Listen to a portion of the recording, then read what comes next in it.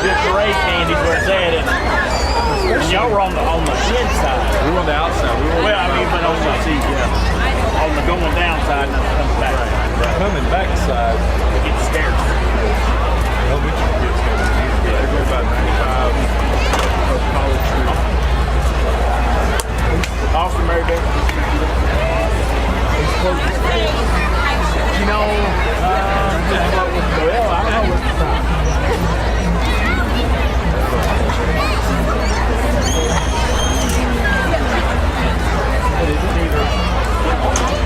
Okay, so might be the super. They got the super wild. It might be the super crowd. Shoulder last year. They were really with the combination. Head and the shoulder.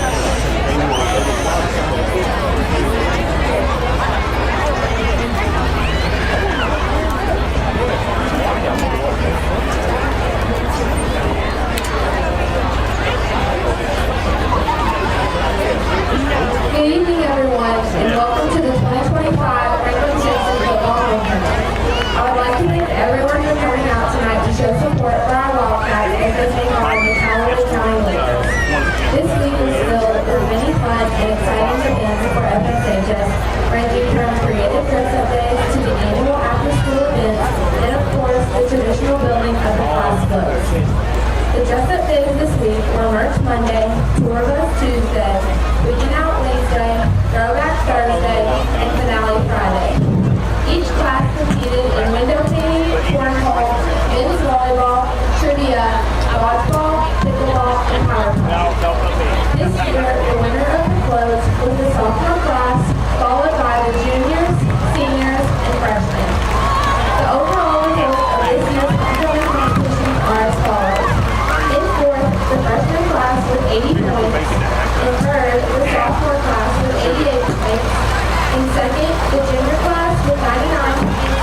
And congratulations to the senior class with 152 points for being the most selected. Thank you to everyone who made this week possible and such a great experience for all our students and the entire community.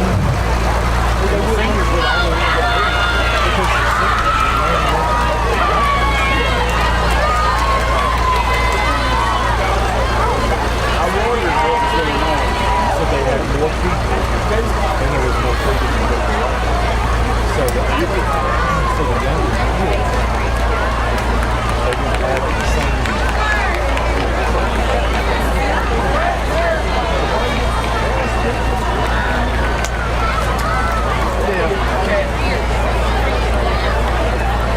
Yeah, I didn't have one for a long time.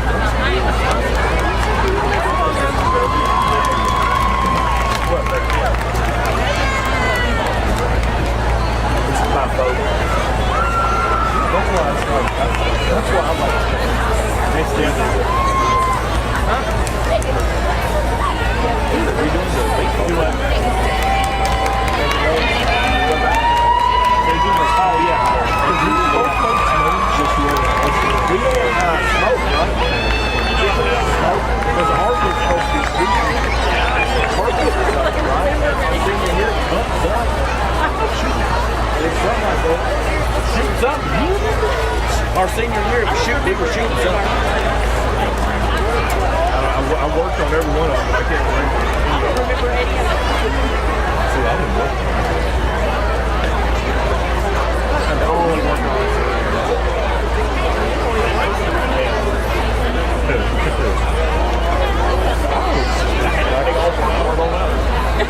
Yeah, I didn't blame like you and Brad or practice every day. Well, these football players go out. Y'all were late.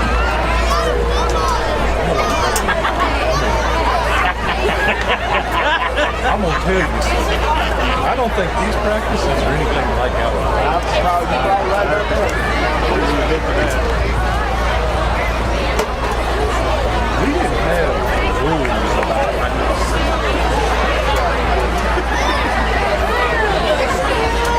We just went to practice. You came up for that beat down in Lexington. In a row.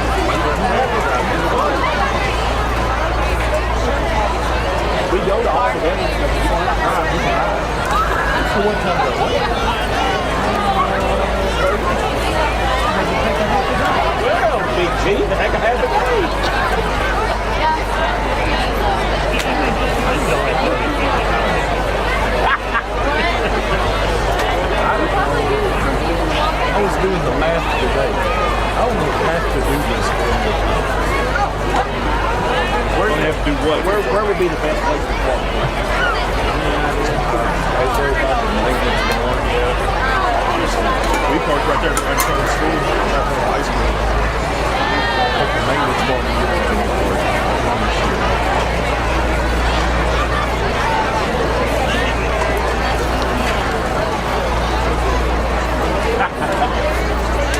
Yeah.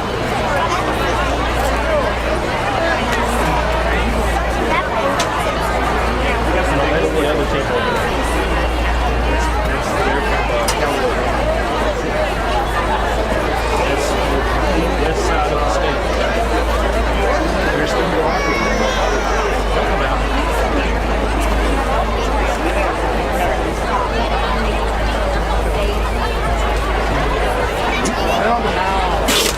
So they still got it. I'll wait for the game starts.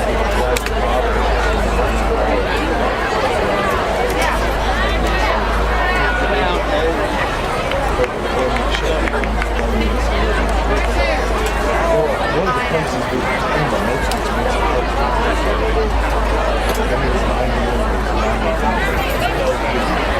it's in a place called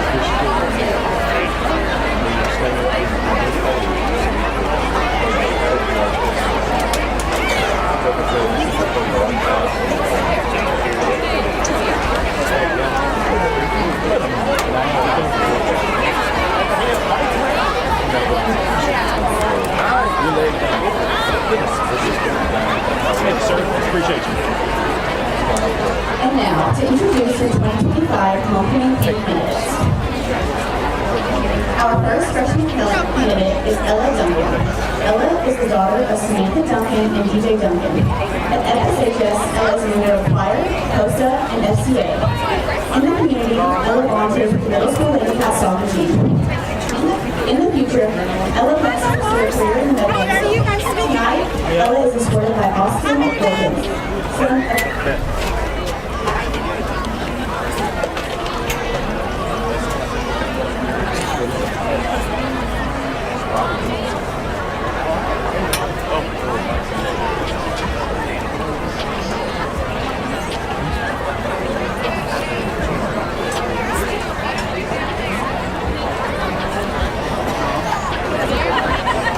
Don't tell them what they're going to hear with that thing. Is that microphone on? What are we doing with this? I hope it doesn't go to the radio. They don't tell them what's going to be said. All right, sounds good. Fair warning. I didn't know we were on at halftime until I watched the weekend. Oh man. They ain't got the sensor buttons. Like they do. It ain't a 10-second delay. I can't do this. That's why I just sit over here. I didn't pay you. I'm going to go down a little bit. Your voice carries, I know. And now, to introduce your 2025 homecoming theme candidates. Our first freshman candidate is Ella Duncan. Ella is the daughter of Samantha Duncan and DJ Duncan. At FSHS, Ella is a member of choir, COSA, and FCA. In the community, Ella volunteers with the middle school Lady Cat soccer team. In the future, Ella plans to pursue a career in the medical field. Tonight, Ella is escorted by Austin Wilkins, son of Justin and Linda Wilkins. Ella Duncan. Our next freshman candidate is Ellison Wilhite. Ellison is the daughter of Diane and Matthew Wilhite. At FSHS, Ellison is a member of Beta, FFA, choir, student council, FSHS musical theater, and serves as class president.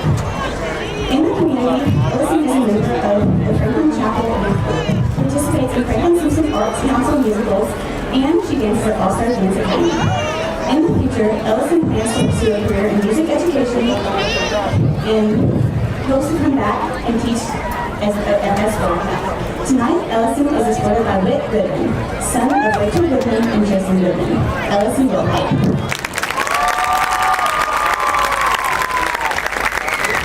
Our first sophomore candidate is Chesney Purdue. Chesney is the daughter of April and Rock Purdue. At FSHS, Chesney plays volleyball, student council, FFA, FBLA, disc golf, and FCA clubs. In the community, Chesney attends Sulphur Spring Baptist Church. In the future, Chesney plans to attend either WKU or Murray to become a social studies teacher. Tonight, Chesney is escorted by Mikey Fowler, son of Jimmy and Scott Fowler. Chesney Pregame. Our next sophomore candidate is Ella Peter. Ella is the daughter of Jeff and Taylor Peter.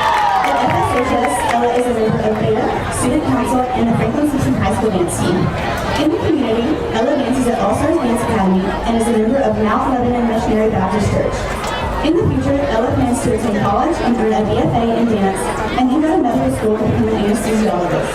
Tonight, Ella is escorted by Carter Grimes, son of Jeff and Natasha Grimes. Ella Peter.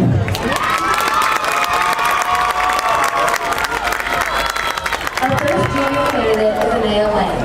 Anaya is the daughter of Inaka and Lane and Jared Lane. At FSHS, Anaya is a member of the track and field team and is a member of Postgame. In the future, Anaya plans to attend college at the University of Kentucky and study to become a cardiovascular technician. Tonight, Anaya is escorted by Skylar Rickman, son of Nellie Maxwell and LaMarcus Rickman. Anaya Lane.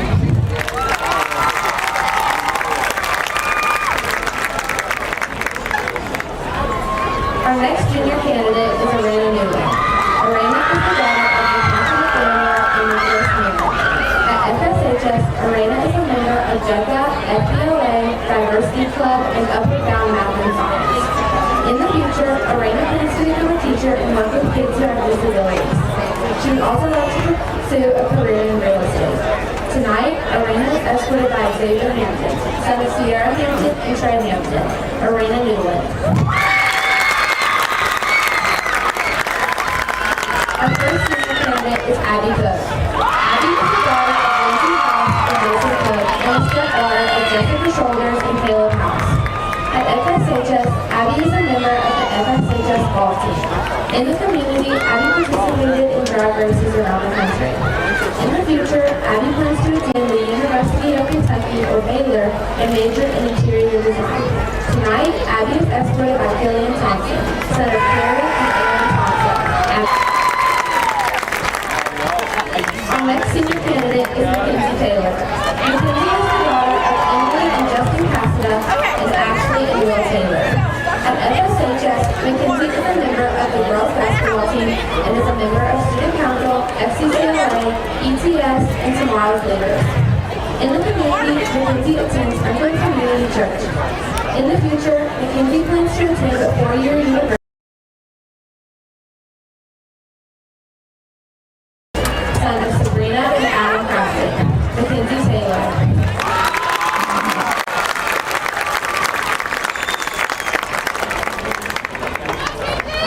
Our 2025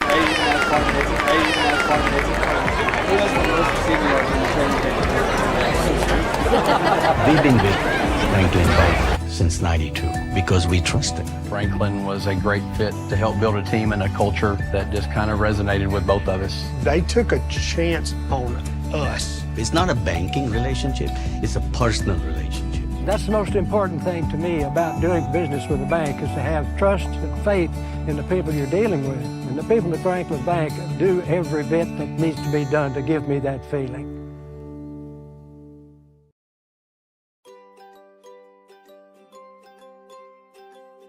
Well, we're right here. We're in town. If somebody has an issue, we're there either that day or the very next day. So we're able to get to it quick and fix whatever issues anybody has. Better speeds. I feel like it's a lot more reliable. With other services, you might get interference during like the weather or something, and you might lose service and have to wait for it to dry out again or something like that. But with fiber, you won't ever have that issue just because it is glass, so you can't really, weather's not really going to affect it much unless like a tree tears it down or something. We provide the city and the county, so within city limits, and then most areas that Warren provides electric service to out in the county.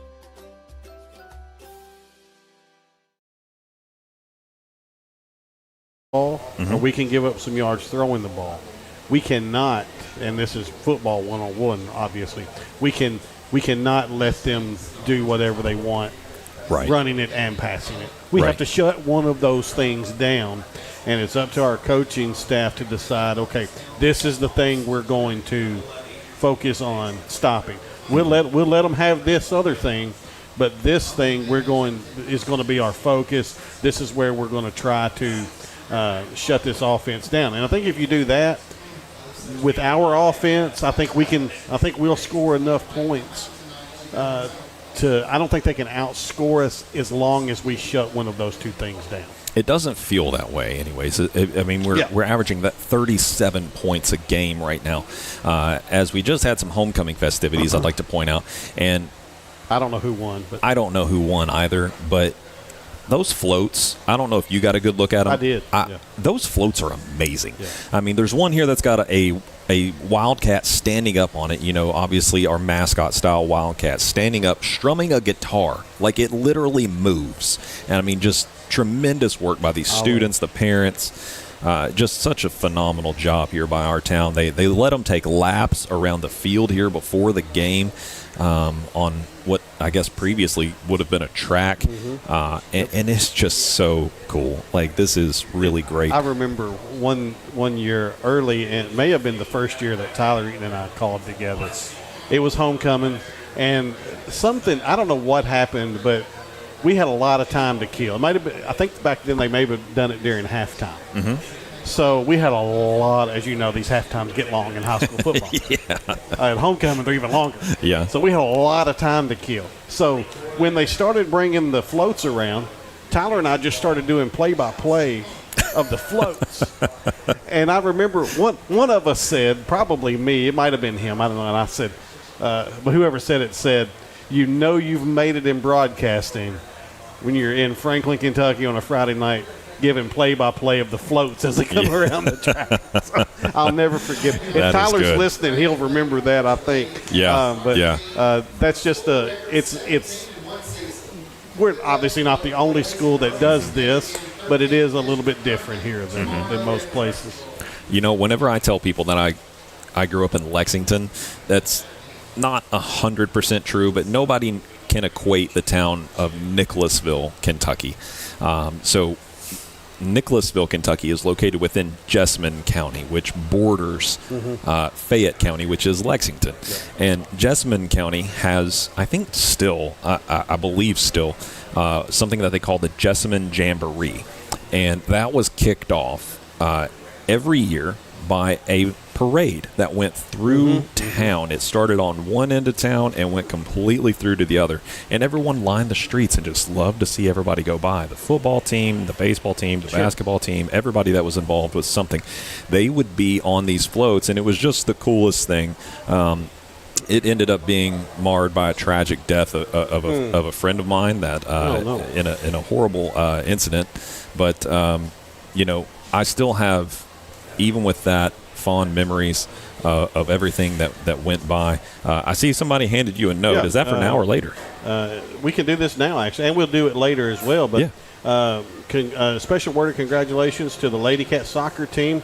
They finished the regular season 17-1. Woo. And I think, ironically enough, and Adam will remember, I think their only loss came against Calloway County. Yeah. Man. So the football team has a little payback to do for the Lady Cat soccer team tonight. But they're 17-1 on the season.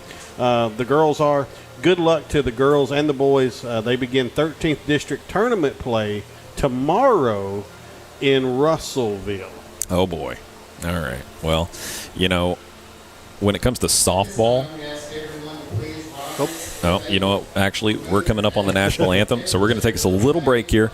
We'll be right back with more Wildcat Football live on 92.3 WFKN.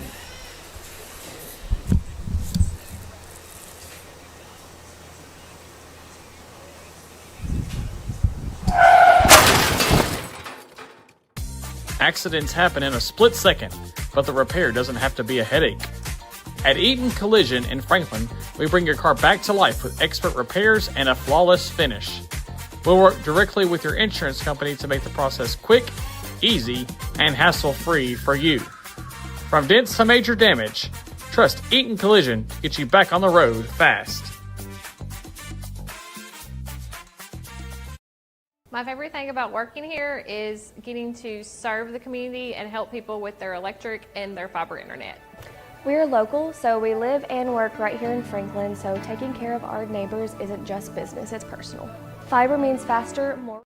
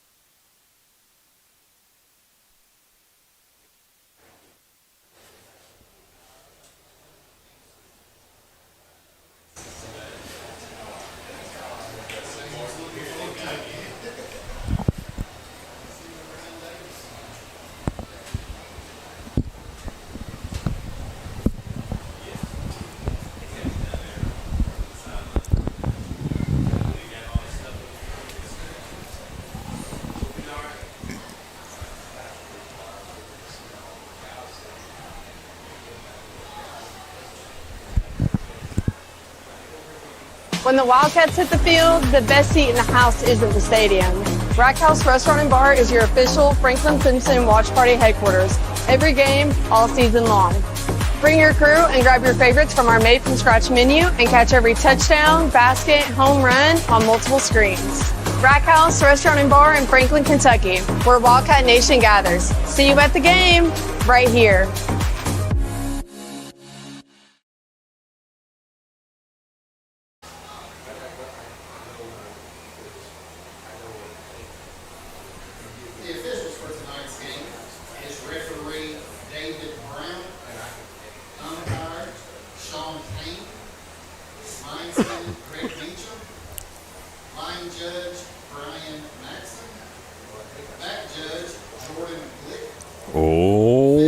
Welcome back in, everybody, to 92.3 WFKN, your home for Franklin-Simpson High School's Wildcat football. My name's Cody Schuler. Alongside me, my partner, my legendary friend, Brian Talley. Brian, we've talked about the weather a couple of times here, just you and I, and I got to just point it out again. I have enjoyed getting to watch this entire sunset. I mean, there's a lot of places in the world that has beautiful sunset, but man, Franklin just does it for me.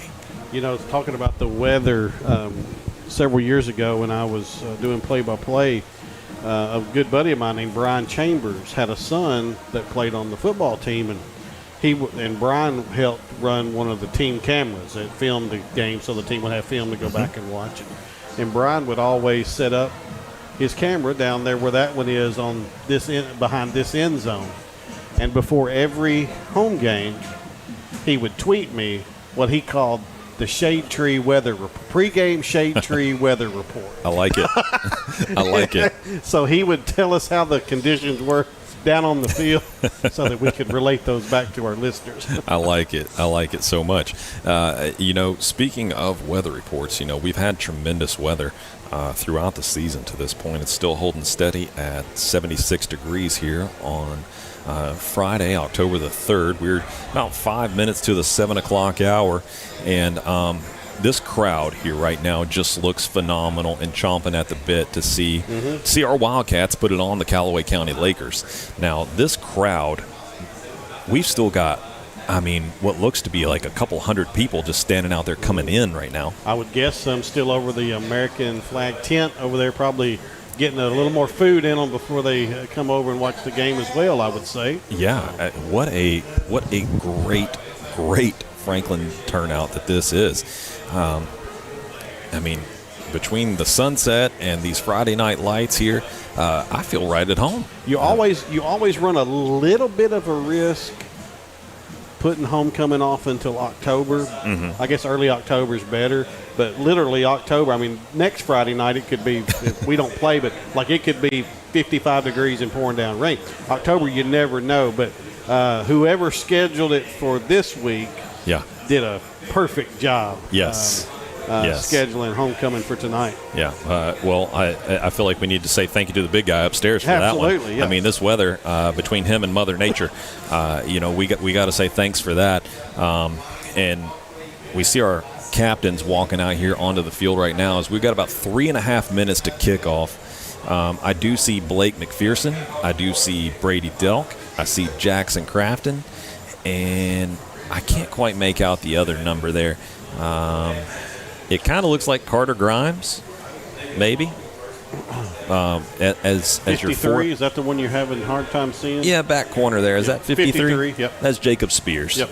All right. So, shout out to our captains, Jacob Spears, Jackson Crafton, Blake McPherson, and Brady Delk. As your other Wildcats, they are coming through that American flag tunnel right there, and they're getting ready to run through the cheerleaders tunnel. I haven't got to see yet what our banner is that our cheerleaders put together before every game that the team runs through, but I'm kind of excited about that. I mean, that's become one of my favorite things at pregame.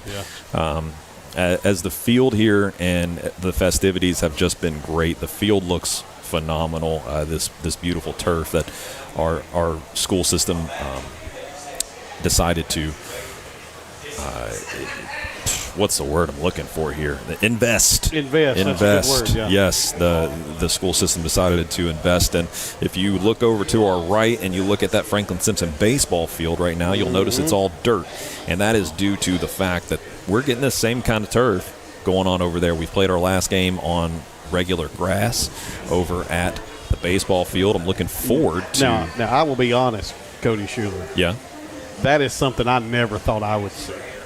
I never thought I would see that base. Well, it doesn't matter to me one way or the other. Yeah. But when I heard that they were doing that, I think I was sitting down, and I'm glad I was because I would have sat down. Well, the athletic director is the head baseball coach. Absolutely. So if he's good with it, then I am too. So, it's just something I didn't ever expect to. I bet that he had a little bit of pull, in making that happen.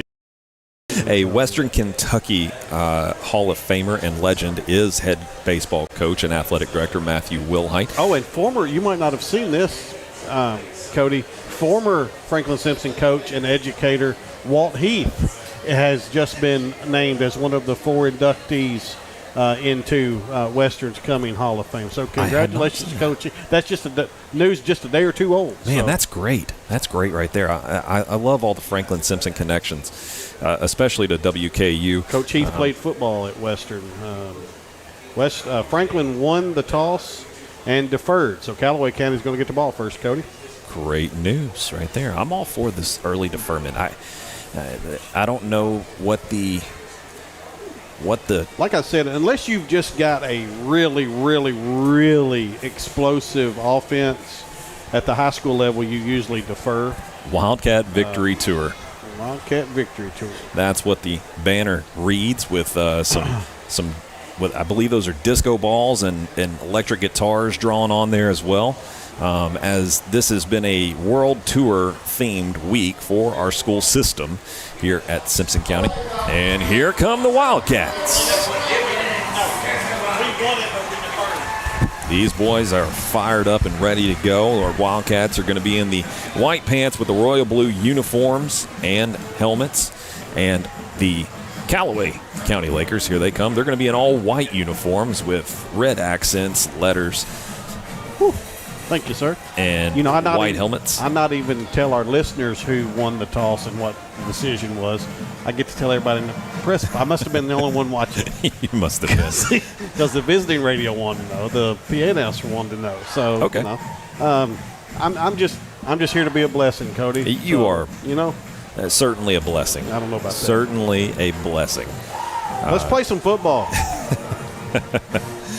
Well, we're going to pause for 7 seconds for station identification, but right here before the kickoff.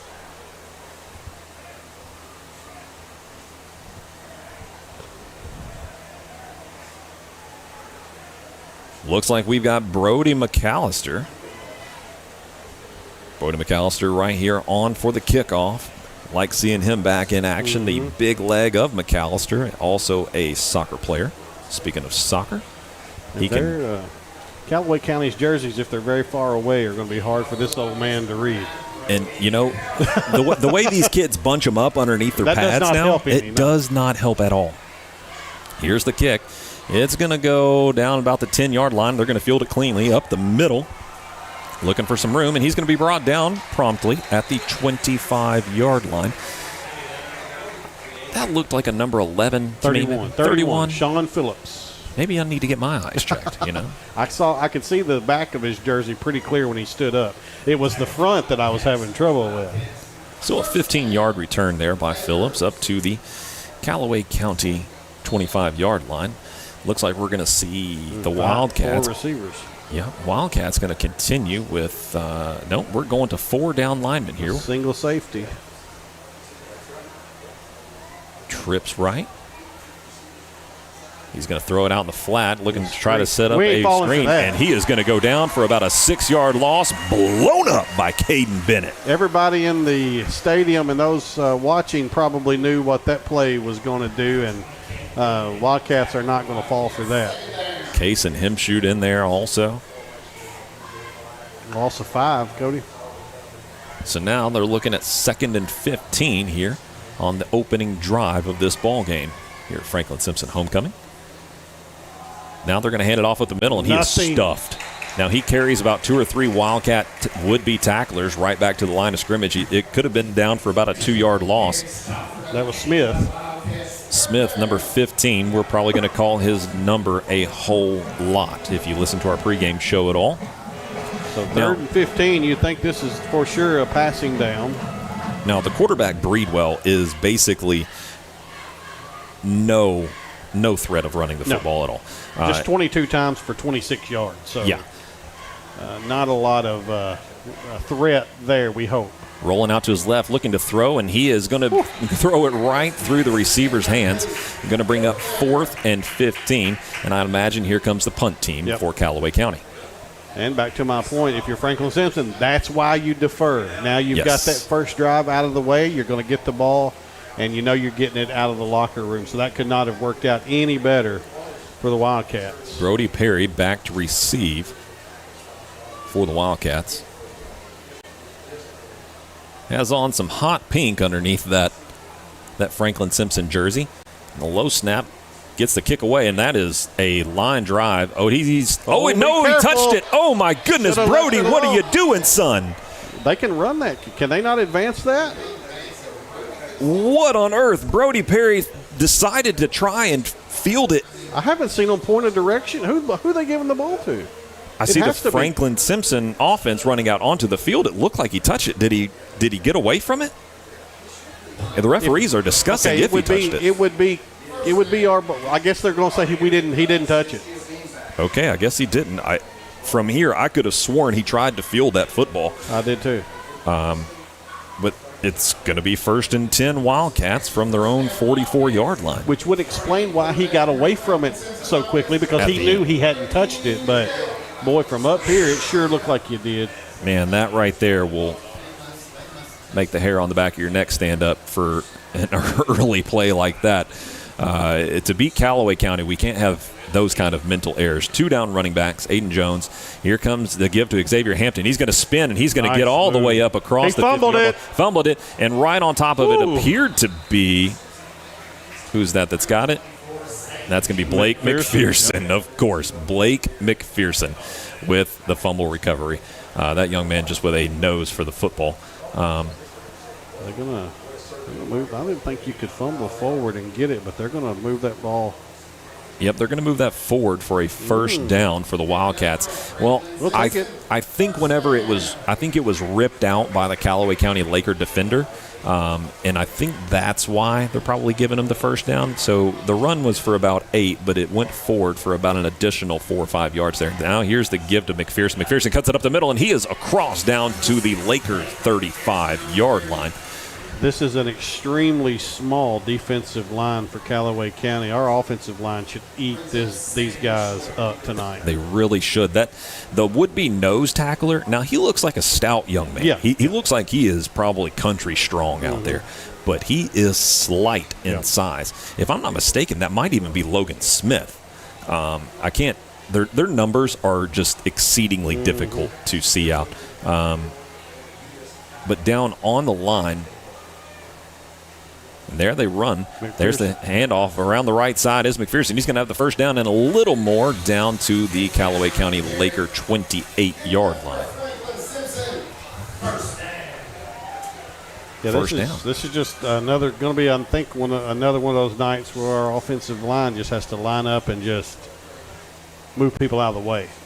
You know, these young men, this offensive line, they deserve so much credit. There's so much pulling and moving around on the line. A lot of times you'll see a tackle line up in the guard position and vice versa. I believe that the only one that stays put is Jackson Crafton. And right up the middle, there goes Jones, and he's got another big gainer, just beating off would-be tacklers right up the middle, just pushing that line, and those tacklers can't even bring the young man down. He never did hit the ground. They finally just stopped his forward momentum, his progress. As the bumbling, stumbling right up the middle of Aiden Jones. You can feel the thunder off of those feet. All the way down to the Laker 12-yard line for another Wildcat first down. Jackson Crafton, the only player that does not move on the line, as he is the center. Here's the handoff, and there goes Xavier Hampton up the right side, right off the guard, and he takes a pretty good shot, but not before he gets a gain of about 5. Beautiful night sky here, moon shining bright, about 3/4 full. That opening drive for Callaway County took about 1 minute 19 seconds. About 2.5 minutes into it now. Now, here's the double handoff, and jumps over a would-be tackler, did Hampton, and he is picked up, and they can't bring him down. No. He's close to the first down. I think he's going to be about a yard short. So it'll be a third and very, very short. I'm talking maybe a foot or two. Absolutely, that one is close. It's, from our perspective, it looks about a third and about a foot maybe. I'd imagine a healthy dose of Aiden Jones right here. Or we may just see Delt keep it here. 3 down running backs. Right up the gut. There goes Aiden Jones. Touchdown. And across the goal line for a touchdown. Wildcats. Aiden Jones opens up the scoring with another short yardage touchdown. With 7:27 left here in the first, it's Wildcats 6, Lakers 0. Here comes McAllister on for the extra point. Opening drive came from right to left by the Wildcats. Here's the snap. Gets it down. There's the kick. The kick is good. 7-0 Wildcats here on Homecoming on 92.3 WFKN.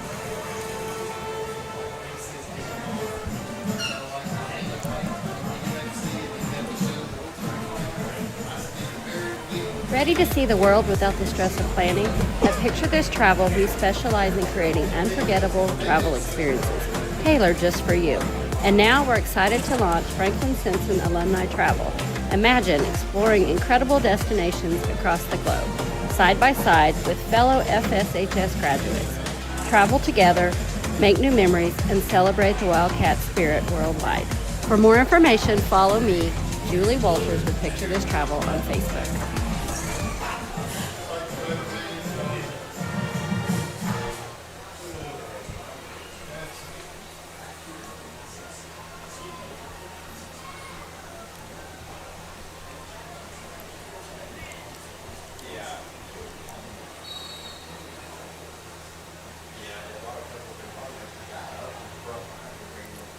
Welcome back in, everybody, to 92.3 WFKN, your home for Franklin-Simpson High School's Wildcat football. We're heading into the second drive now for Callaway County, visiting Callaway County Lakers here on Homecoming for a beautiful Friday Night Lights game. They receive that kickoff and get a very short return out of that one. 7:20 to go here in the first quarter. At least early, Cody, it looks like we are quite a bit more athletic than they are. At least those are the early returns. The final tally still a long way from now. For sure. The one attempt. Here comes another attempt for and it's batted down at the line of scrimmage. They fooled me there with that handoff. I thought it was going to Smith, but then the pass attempt batted down at the line right there. It appeared to be batted down maybe by Caden Bennett again. Yeah, a little RPO there. Quarterback was either going to choose to hand it off or throw it based on where he thinks the defense is lining up and ultimately where they'll go post-snap. In the shotgun, 3 wide receivers. Looking, rolling left, throws, and through the hands again. That's the same kid. That young man has missed 2 passes right to him. Right to him. He was the opening returner, 31. Yep. I can't remember his name. I got it right here. Sean Phillips. Sean Phillips. That's the second pass we've seen on a rollout to the left that's went right through his hands, and nobody even really around him. It would have been a gainer for sure for the Lakers. Now the Lakers very quickly, 12 seconds into this drive, looking at 3rd and 10. Yeah, the start of this game, Coach Chaney couldn't have ordered a better start. 4 down linemen, trips left. Especially if you get off field right here. Looking left, throwing left. That's picked off. Come on, Blake. You got to get that one, Bubba. Man, that was so close. Interception number 4, and that brings up 4th and 10. Oh, that would have been a house call. Yep. That would have been, at least mentally, a backbreaker for the Lakers had he picked that one off, because there was nothing but green grass and end zone in front of Blake McPherson right there.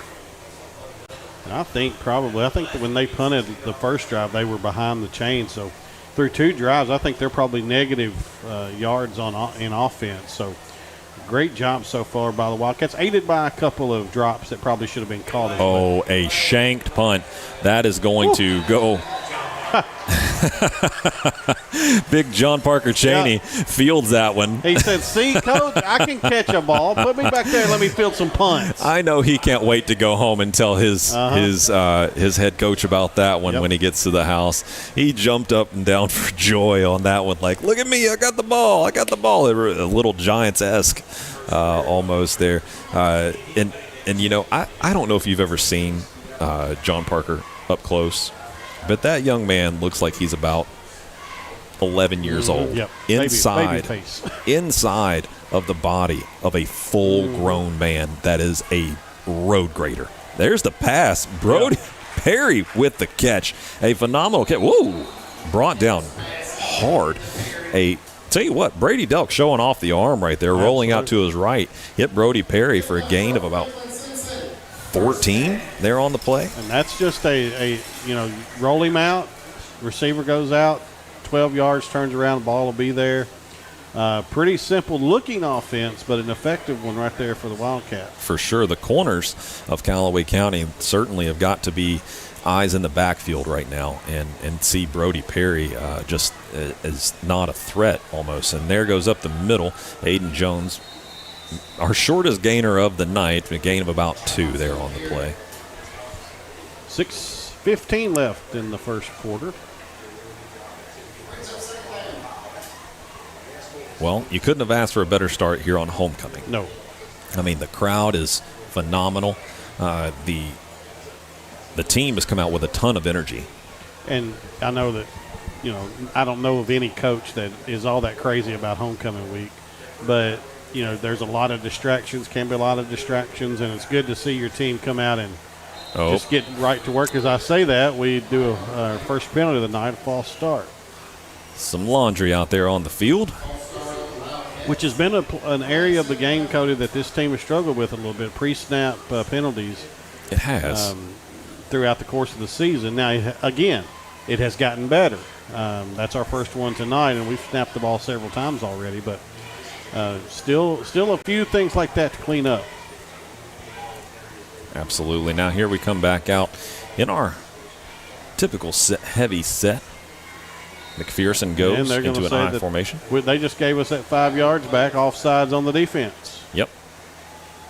Well, a little bit of back and forth here between that 5 yards. We haven't talked about this, Cody, but this is such an important game tonight. Absolutely, it is. Overall, both of these teams are 4-2, but more importantly, they are both 1-1 in district play. The loser tonight kind of gets behind the 8 ball of getting that 2 seed and getting a first-round home game. The winner gets you kind of moving in that direction, hopefully. So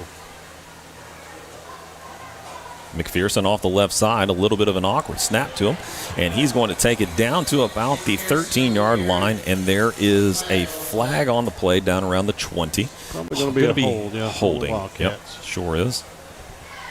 But, they're kind of motioning towards. Yeah, it's holding. He's making it now. Motion? Oh, yeah. Okay.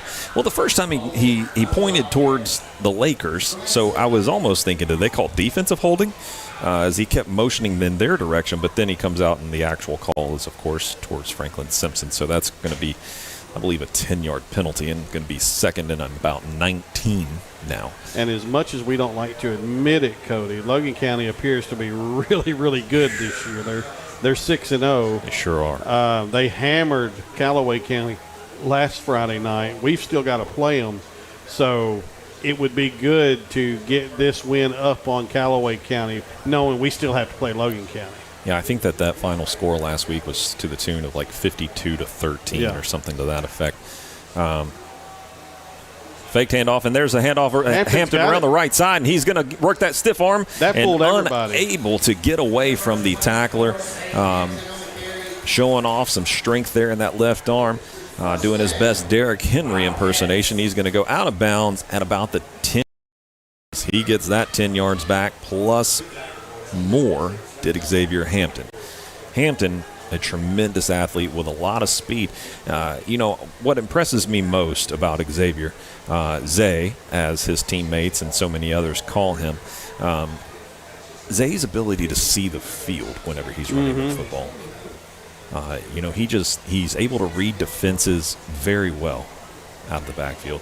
All right. There's the toss left, and he's got some room. Let's see if he can get past him. He goes hunting there. Oh, and he is tackled so awkwardly. And oh, my goodness, I hope he's not hurt. He was brought down on that left leg while the right leg went straight. And he appeared to be, we're going to have trainers coming out. A very awkward tackle. Zay. Nothing malicious. We want to say that. It's just one of those weird things in football. That, awkward. Yeah, that unfortunately happens sometimes. A very, very awkward tackle.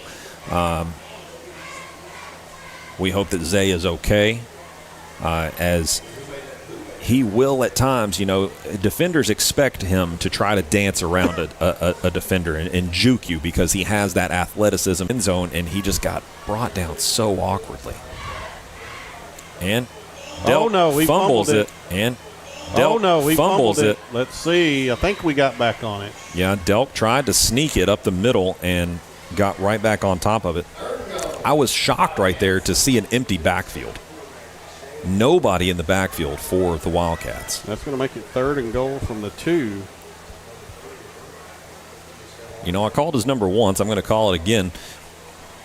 I'm going to call number 30, Aiden Jones. Seems like Aiden Jones territory, doesn't it? It really does. Jarian Williams and Aiden Jones, they're in the backfield. And the give is to Williams. And he's going to fight it off the right guard. And that's going to be a touchdown, Wildcats. 13-0 with 3:32 to go here in the first quarter. The senior, Jarian Williams, getting the call here on homecoming night. And here comes Brody McAllister on for the extra point attempt. Going to try to make this one one more point out of reach. Here's the snap. A little high. Gets the hold down, does Delk, and McAllister puts it through. So, with 3:32 to go here in the first, your Wildcats are on top here on homecoming, 14-0 against the Callaway County Lakers. Right here live on 92.3 WFKN.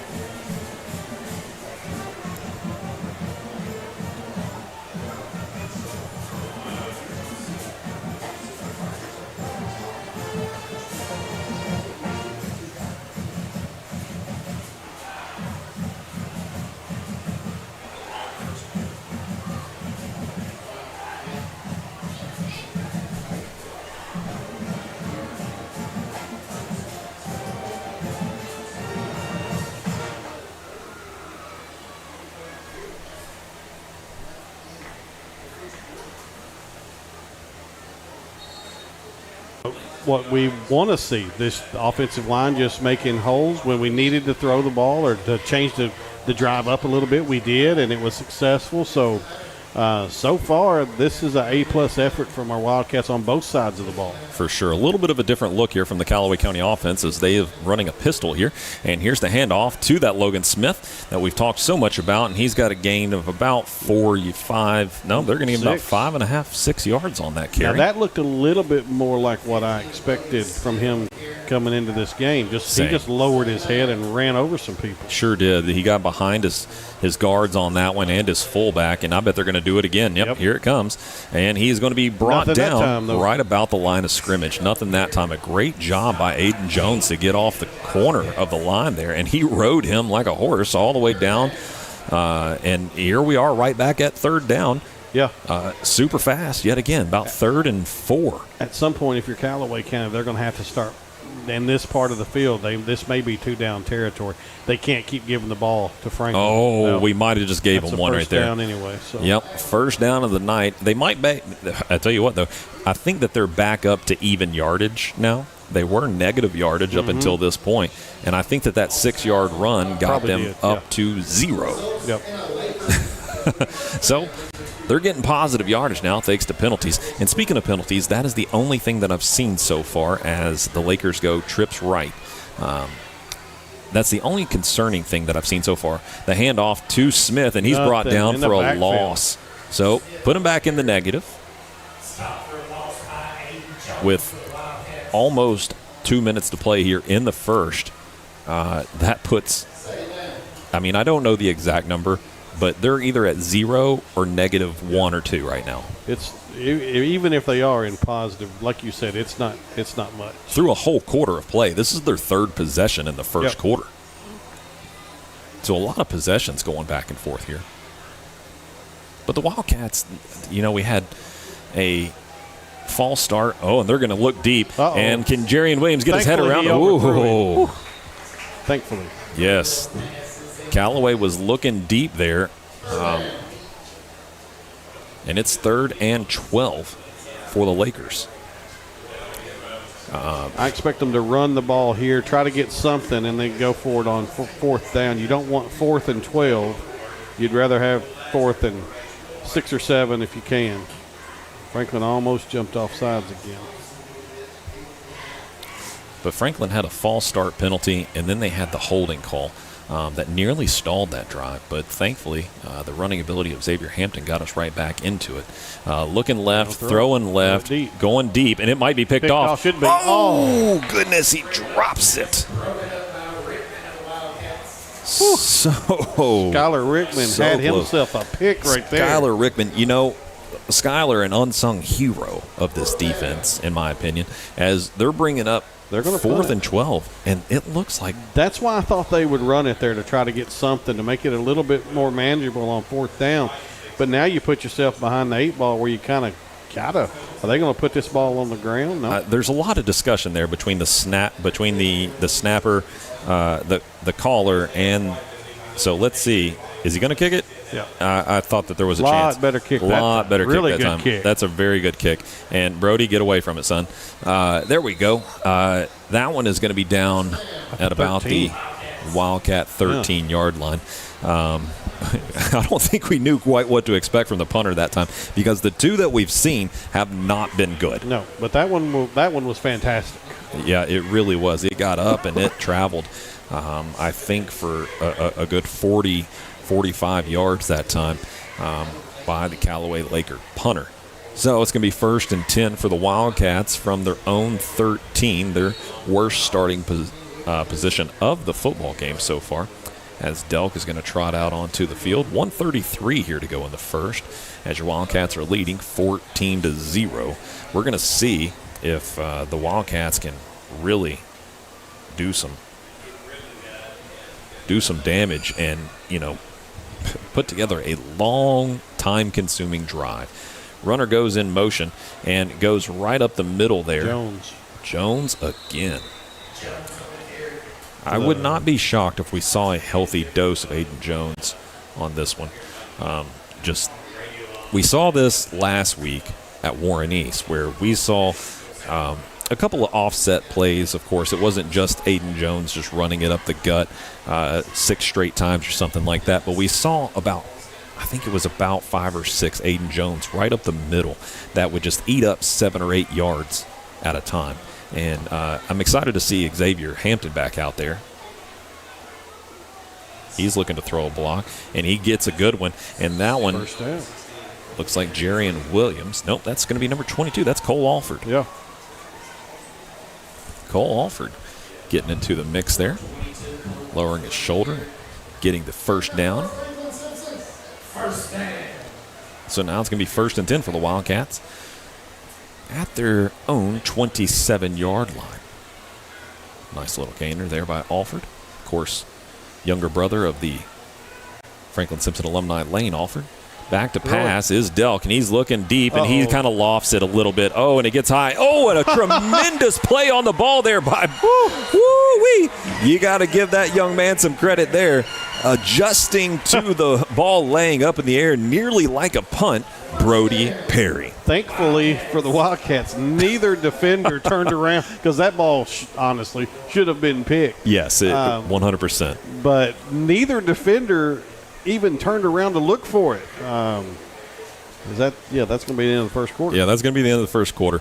After a tremendous play on the ball by Brody Perry on a lofted up, not quite a Hail Mary, but I think he just chucked it as far as he could. Yep. Toss there by Brady Delk.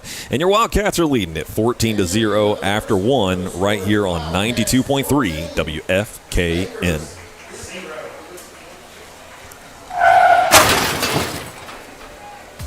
Accidents happen in a split second, but the repair doesn't have to be a headache.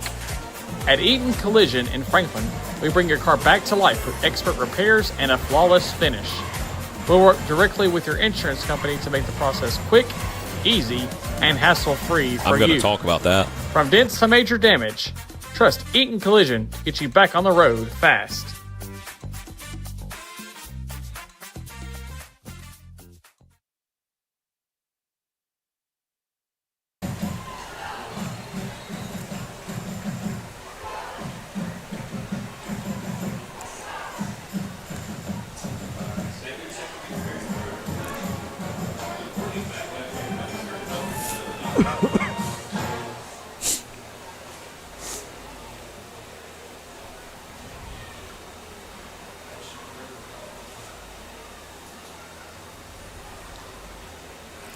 Welcome back in, everybody, to 92.3 WFKN, your home for Franklin-Simpson High School's Wildcat football.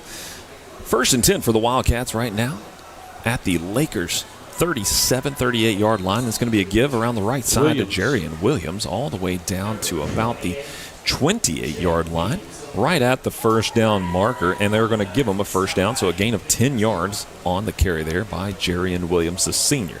The speedy senior, as we should say. Cody, an important score as far as district play goes. Warren East and Allen County playing each other tonight. Mm-hmm. And at the end of the first, 0-0. Surprising. Very surprising. There. Allen County a little bit down this year. So here's the handoff up the middle to Jones, and he's got a lot of green grass. Oh, and he just gets tripped up. Oh, and you could tell he wanted more on that one. That's going to be right just past the first down marker. So another Franklin-Simpson first down, a gain of about 12 on that one. They're looking at 1st and 10 now from the Lakers' 17-yard line. Just over 11 minutes to play here in the second quarter. Wildcats leading 14-0. 2 down running backs. Here's the handoff. Jarian Williams showing off some juke ability. That jump to the left right there gained him about an extra 3 yards. And that's a gain of about 7 or 8. They're going to give him 8 on that one. Just inside the 10-yard line. Wildcats here on homecoming night. You know, Brian, it honestly, it doesn't get much better than this. Nope. This right here is just wonderful to see all of our community out here cheering on the Wildcats. And, you know, Calloway County with a good contingent across the way. Made that long drive from Murray, Kentucky tonight. For sure. Handoff up the middle to Jones. Jones fighting right at the first down marker. I think they're going to give it to him. He gets it up to right at the 12-yard line. football is such a weird sport. You know, a couple weeks ago, Calloway County just dog-walked Warren East. They sure did, 57-36. We were fortunate to beat them last Friday night. Fortunate is a nice word for and that. now tonight, Callaway County doesn't look like they belong on the field with us. I know. And it's just it's crazy. So, inside the 10-yard line right now, first and goal for the Wildcats. Hey, quick shout out to my Western Kentucky University Hilltoppers.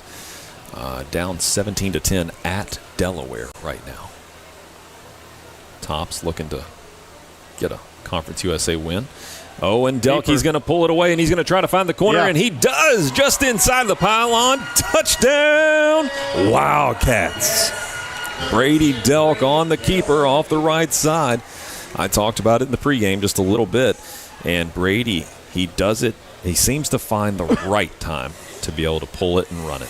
Yep, he just knows. I mean, it's just innate in his senses. He knows when to tuck that thing and take off with it. And once he gets rolling good, not a lot of people can catch him. Shows a lot of speed off the edge. The snap's down in the dirt, and McAllister is able to kick it through anyways, and that's going to put your Wildcats on top 21-0 with 9:41 left to go in the second here at homecoming against Callaway. You're listening to 92.3 WFKN. We've been with Franklin Bank since '92 because we trust them. Franklin was a great fit to help build a team and a culture that just kind of resonated with both of us. They took a chance on us. It's not a banking relationship, it's a personal relationship. That's the most important thing to me about doing business with a bank is to have trust and faith in the people you're dealing with. And the people at Franklin Bank do every bit that needs to be done to give me that feeling.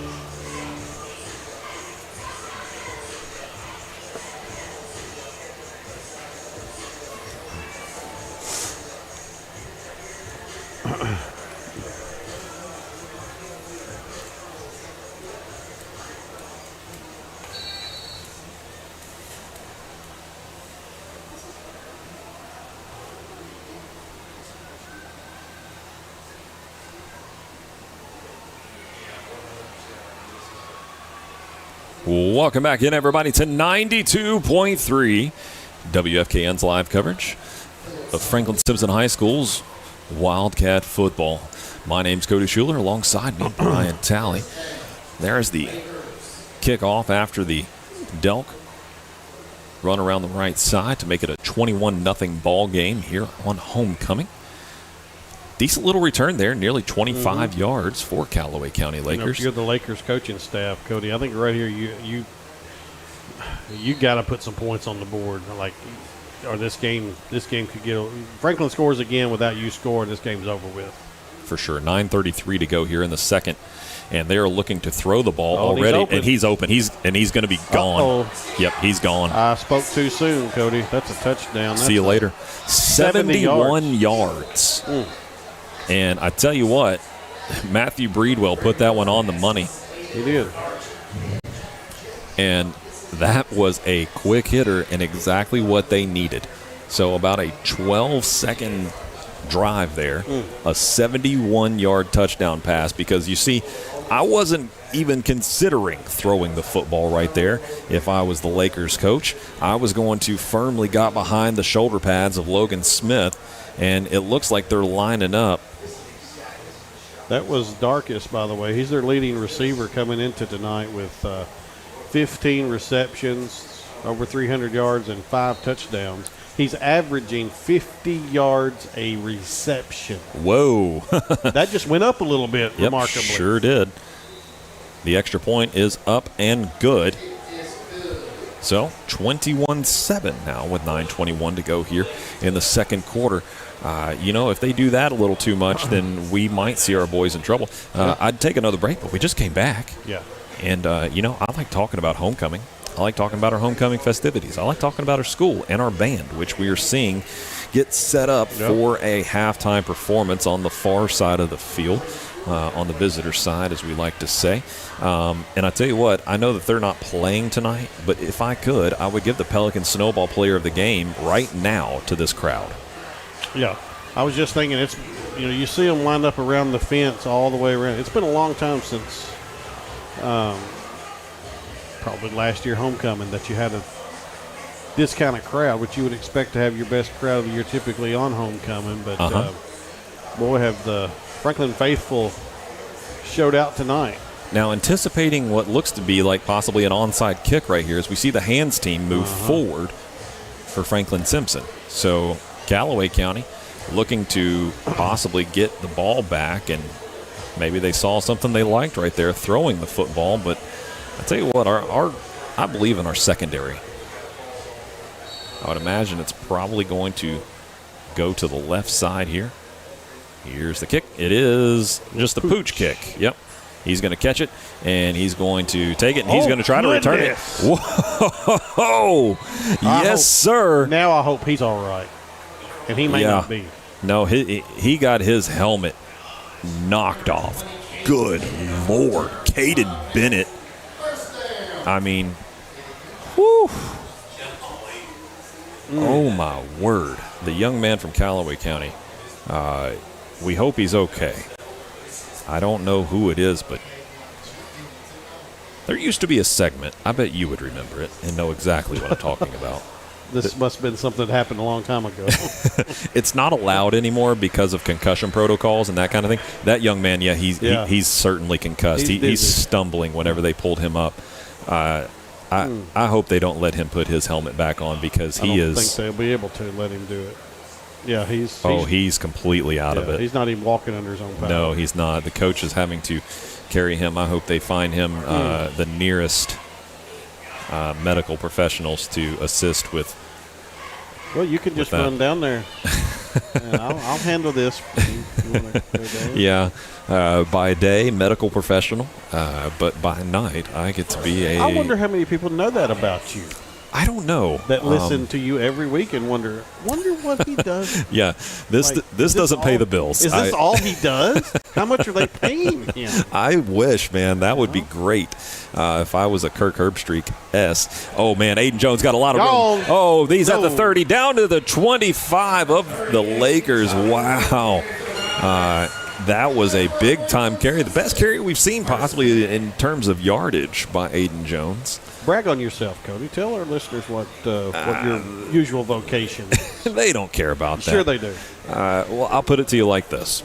I've had the honor, the distinct pleasure of taking care of our nation's veterans for 16 years at our VA hospital between Lexington, Kentucky, and Nashville, Tennessee. It has been the pleasure of my life to be able to take care of this group of men and women that serve and protect our country.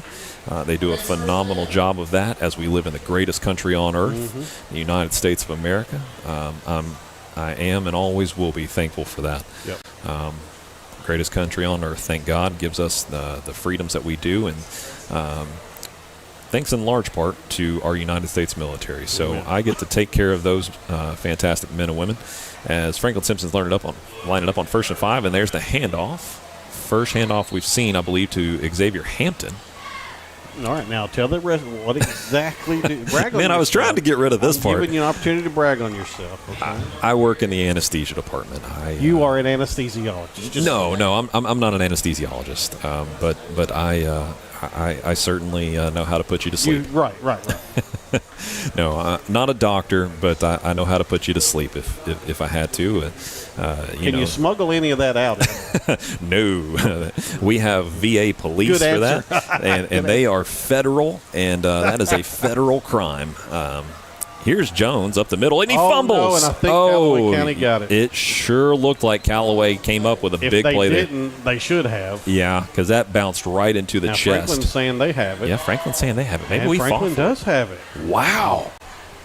Well, Calloway County's missed a couple of chances tonight. We've put the ball on the ground more than we typically do. I know. One of my keys to the game was hold on to the football, basically, and maintain possession. And we've done it, but we've.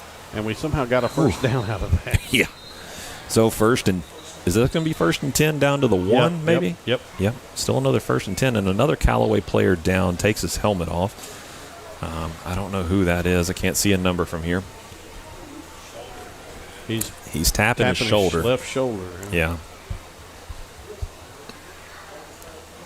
If I didn't know any better, I'd say that was looks like number 10. 15, I think. Is that 15? Is that Smith? I believe it is, Cody. For his sake, I hope not, because he's a player, obviously. And he's holding his arm up. I think that's. But he's walking off. That's him.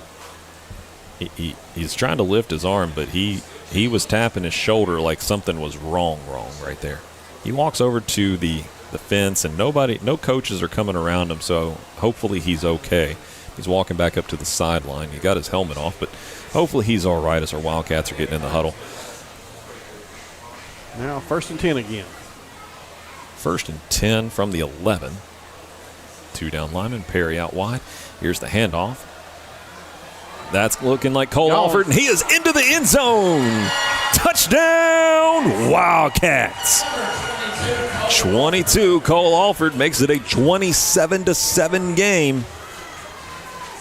Alford, I believe that's his first touchdown of the season. I'm going to check that. I believe you are right. Coming into tonight, Alford was negative yardage, I believe. That is his first touchdown. You're right. Yeah, coming into the night, he was negative 1 yard running the ball. But, boy, he had a nice first half tonight. Absolutely. I went to Corbin a week ago as the kick up is up and good. Oh, boy. That mom was not paying attention, and that football nearly hit that carriage. I mean, we're talking 3 feet to the left, and that's an unhappy baby. Mm-hmm. I'm going to stick with you throughout this break and just talk about a story. And an unhappy mom. Unhappy mother. Yeah. We'd have 2 concussed people from Calloway County. Anyways, last weekend, had the weekend off, which is rare for me right now, it feels like, with sporting events. But I'm going to say that I'm very thankful for that. Sure. Because I like doing this. I like getting to hang out with you. I like getting to hang out with the fans and be in these stadiums and be a part of just all of this going on. It is, aside from my regular job, this is just the time of my life. Well, I had a weekend off, and we drove to Corbin, Kentucky, just south of London, Kentucky. It's a beautiful area of the state. To see Leanne Morgan. Oh, yeah. And, I love comedy shows and that kind of thing, and she was tremendous. She has a Netflix show, free shout out to you, Leanne Morgan. I know you're never going to hear this, but it was a tremendous show. And that one's going to land about 2 yards shy of the end zone and bounce on in, and that's going to be a touchback. Great job there by McAllister to kick that one into the end zone. Something else you don't see a lot of is touchbacks in high school football. You sure don't. And this one's going to be brought out too. All right, now they like to score quick again, so they have to.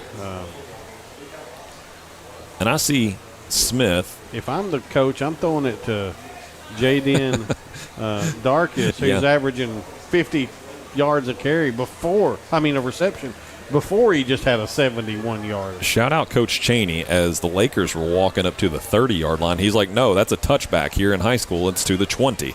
And he had to remind everybody of that as the referees were just going to win along with it.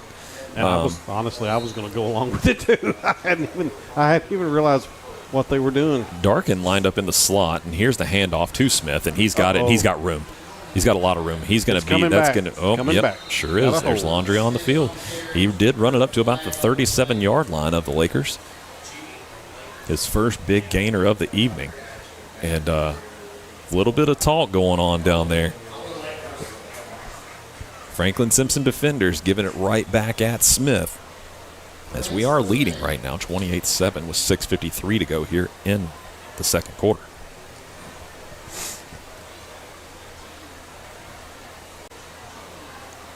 After the holding penalty right there, it's going to go back to 1st and 20 for the Lakers. That was their best run of the night, too. It sure was, by a long shot.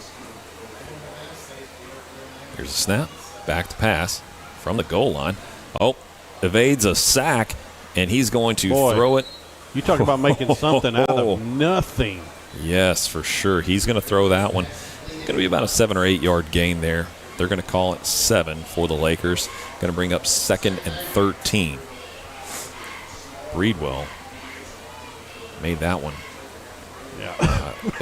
I mean, He could have almost been tackled for a safety. He was right at the goal line there. We have not gotten to the quarterback very well against passing teams. I will say that. Breedwell marching out to his right, and that pass is going to be complete. But just a yard, 2 yards maybe. Yeah, to Smith on the catch. Back to the original line of scrimmage and going to make it 3rd and 10. Under 6 minutes to play now in the second quarter. Nope, they're going to march him back about a half a yard. So about a yard there, as you said. Darkus is number 7. He's right here in the slot, Cody. Watch him on this 3rd and 11. Trips left, 1 wide receiver to the right. They're going to change the play now. Breedwell looking to get it. 5.5 to go in the second. From the shotgun, Darkus motioning to his other wide receivers. Now he's looking left, throwing left, and it's going to be intercepted. Brady Delk, he's got a lot of room. Gone. Pick 6, touchdown! Wow! I'll take passes that should not have been thrown for 2,000, Alex. Wow, his second one of the season. A pick 6 to make this one 34-7. And here comes McAllister on for the extra point. Wow, it is just not Callaway's night. It's perfect storm for the Wildcats, I'll tell you. It really, really is. Everything has went our way tonight. Snap, Delk to hold. The kick is up. The kick is good to make it 35-7 with 5:20 to go here in the second quarter at Franklin-Simpson High School on homecoming. You're listening to 92.3 WFKN. When the Wildcats hit the field, the best seat in the house isn't the stadium. Rack House Restaurant and Bar is your official Franklin-Simpson Watch Party headquarters. Every game, all season long. Bring your crew and grab your favorites from our made-from-scratch menu and catch every touchdown, basket, home run on multiple screens. Rack House Restaurant and Bar in Franklin, Kentucky, where Wildcat Nation gathers. See you at the game, right here.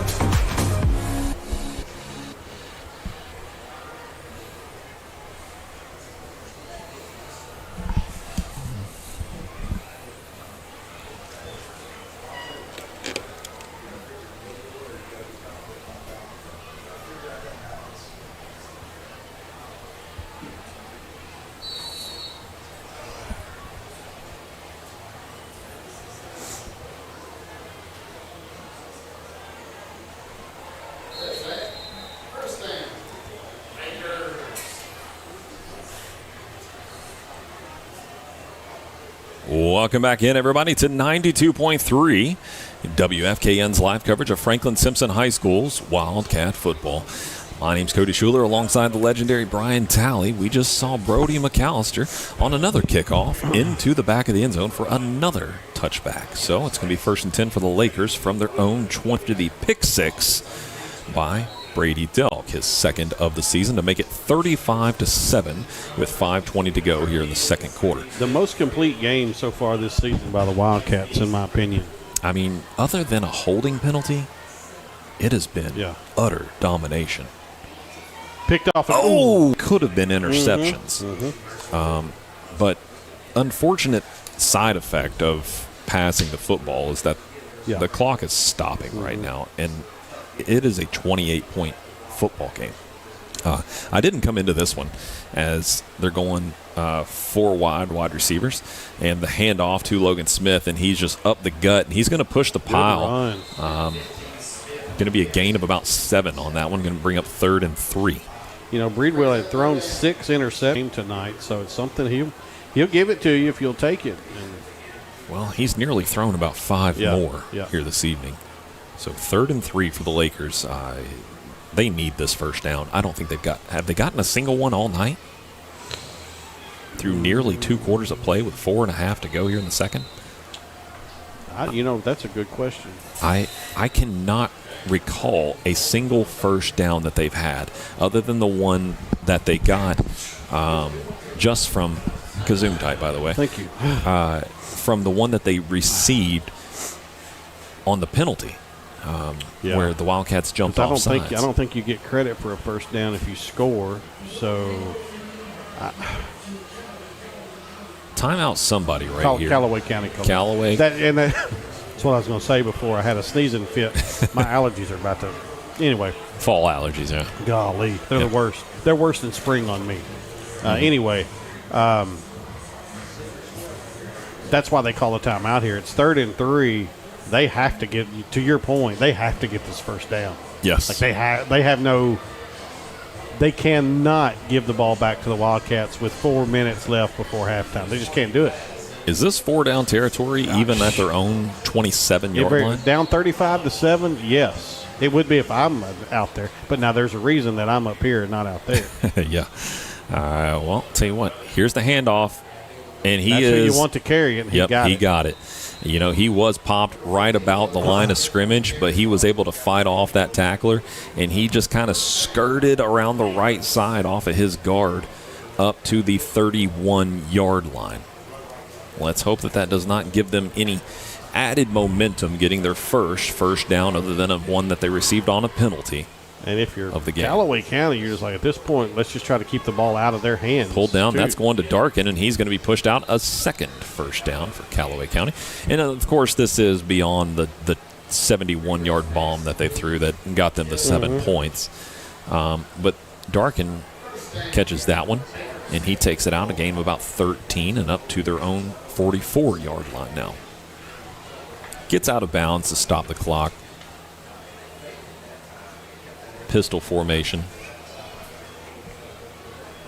Now they're set. Here's the snap. Hand off to Smith. Smith up the gut.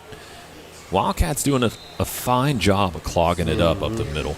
That's a gain of about 4 on the play. I'll tell you, when I saw his numbers, preparing for tonight, I mean, it scared me to death. Oh, I was nervous about it. I mean, look behind the scene there, I guess, to tell you my true feelings. I saw his numbers, and especially from the Warren East game. Yeah. Where he ran the ball 40 times for 321 yards and 5 touchdowns. I said, oh, my word, we are about to see our first true, just absolute stud of the season.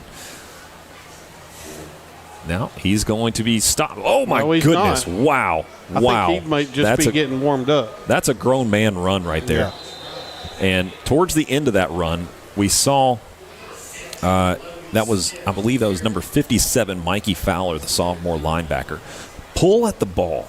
Yeah. And I don't know if our fellow coaches saw that, but I hope they did, because you know what?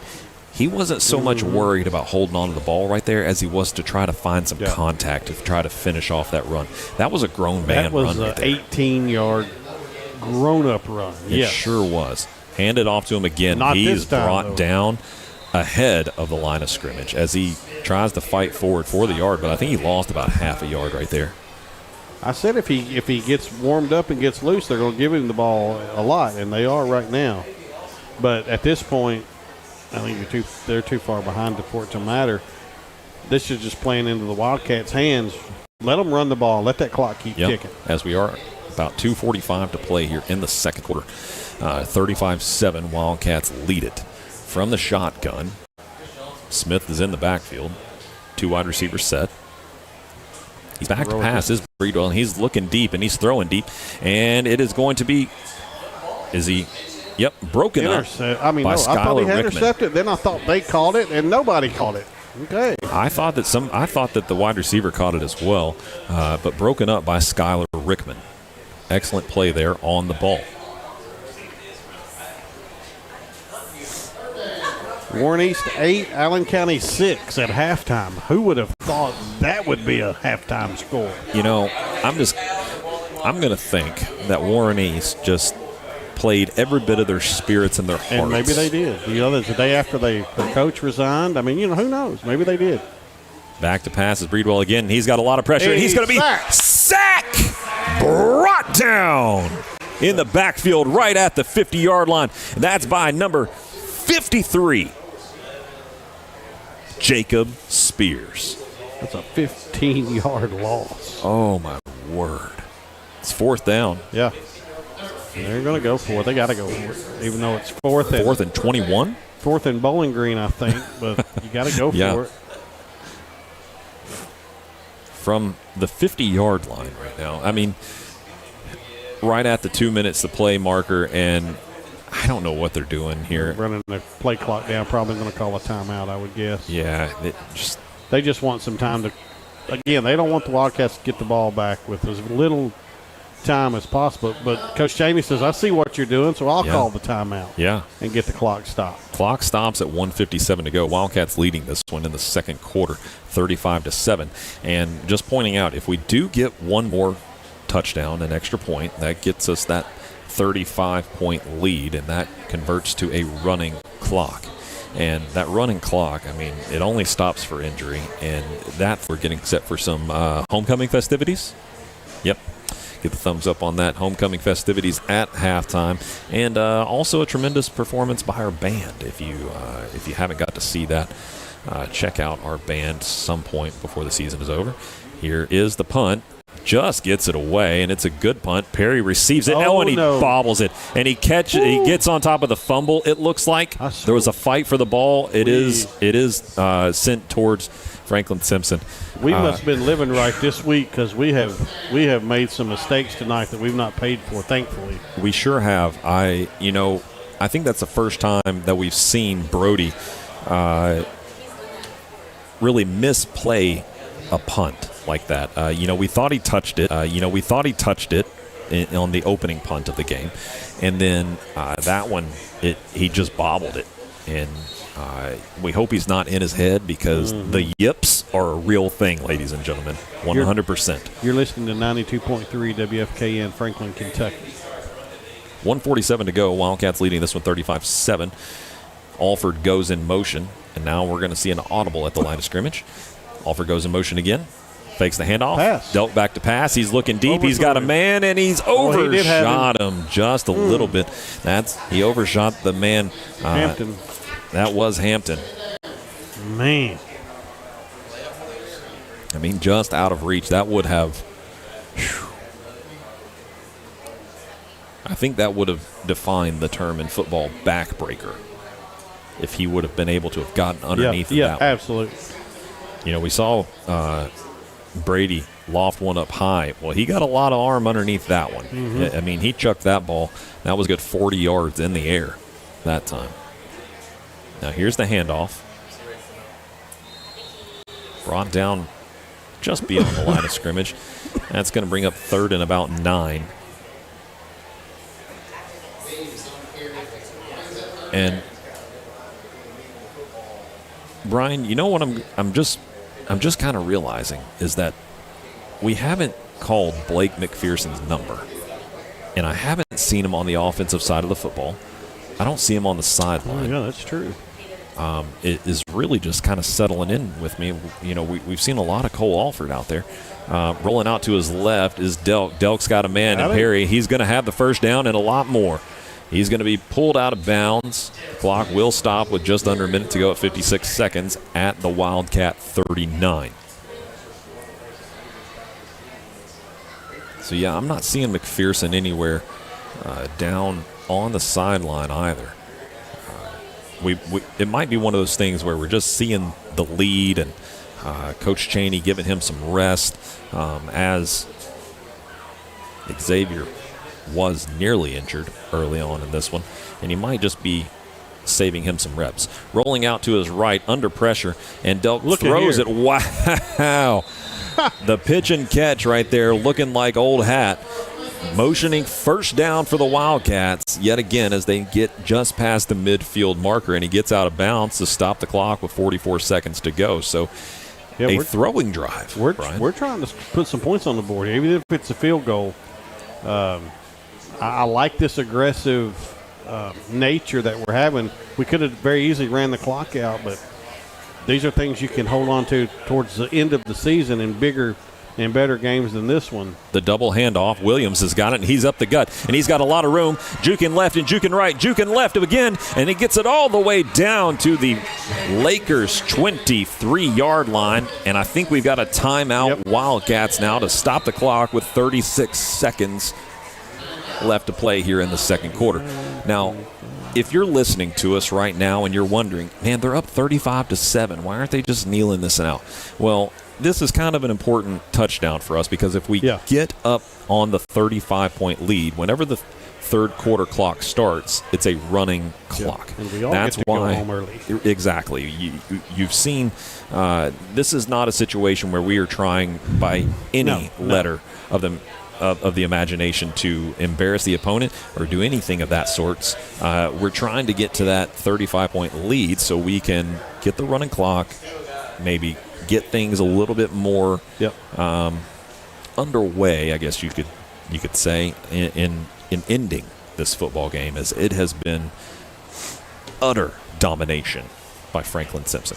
Now, we've only got one timeout left, so that means if we run the ball, we really got to hustle to get back to the line of scrimmage. If we throw the ball, obviously if it's incomplete, the clock's going to stop. But if you can catch it and get out of bounds, you save a timeout and stop the clock. Perry out wide, Williams out left. Back to pass, looking across the middle. Perry's got it, and he's going to be brought down about the 9-yard line. Now that'll stop it while they move the chains. 31 seconds on the clock. Let's see if Let's see when it gets started. Decides to use his last time out or not. He hasn't yet. Watch the white hat have to take it. Wouldn't mind seeing Delk keep here, and that's He did. exactly what we do. And he's going to score. Brought down in the end zone. Touchdown, Wildcats! With 10 seconds left on the clock. I like that play call. Callaway County defense thought we would throw the ball. I think everybody in the stadium probably thought we'd throw the ball with so little time left. That's a great play call. You know, Brian, he might have to get a second Pelican Snowball Player of the Game award. He may. I mean, we've given 2 to Blake McPherson. Might have to give 2 to Brady Delk. Now the all-important extra point to make it a 35-point running clock. Kick is up. The kick is good. 42-7 here on homecoming, and the clock will begin to tick, I believe, after the kickoff, or will it start now? It'll start after the kickoff. After the kickoff. 42-7 on homecoming. I didn't expect this, Brian. I'm going to stick with you since we only got 10 seconds on the clock, by the way, Will. I didn't expect this at all. I didn't either. I thought we would beat them, but I didn't think it would be to this degree. No, not at all. I looked at their talent, their offensive talent, that they have shown the absolute whooping that they put on Warren East, 57-36. This is a capable football team in the Callaway County Lakers. Sometimes traveling this distance like this, it's no fun. It's not. It's not. I mean, they did bring a shuttle bus, whatever you call them, but coach bus, yeah. But still, it's still a long way to come, no matter what. Here's the kick. It's going to go backfielded at about the 4-yard line, being brought out by Phillips. He's going to get up to about the 22-23, and he's going to be brought down.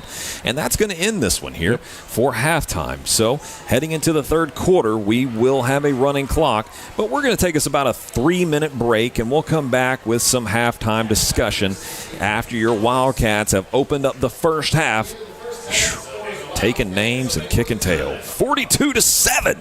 Wildcats on top on homecoming. Oh, hang on before I break away with you. There's some discussion out here on the field. I thought it was a running clock, and Coach Cheney. I thought it had to be 36 points. Is it 36? I thought so, but okay. When you said 35, I wasn't going to argue with you because I thought the rule might have changed. I don't know. Coach Cheney's trying to get some clarification. It used to be 36. I know. It's 35. Is it 30? Stop after kickoff. Oh, okay. Okay. So we did get some clarification. It is 35. But you are supposed to stop it after that kickoff. Okay. Which doesn't honestly make a whole lot of sense. But it's running clock's running clock. 4 seconds left. I bet they just throw it deep here, even though they got a jumbo, a 3 wide receiver set to the right. And maybe I'm thinking 36. That may be basketball. 36 is basketball, I think. And we're going to have a timeout, Callaway County, with 4 seconds left on the clock.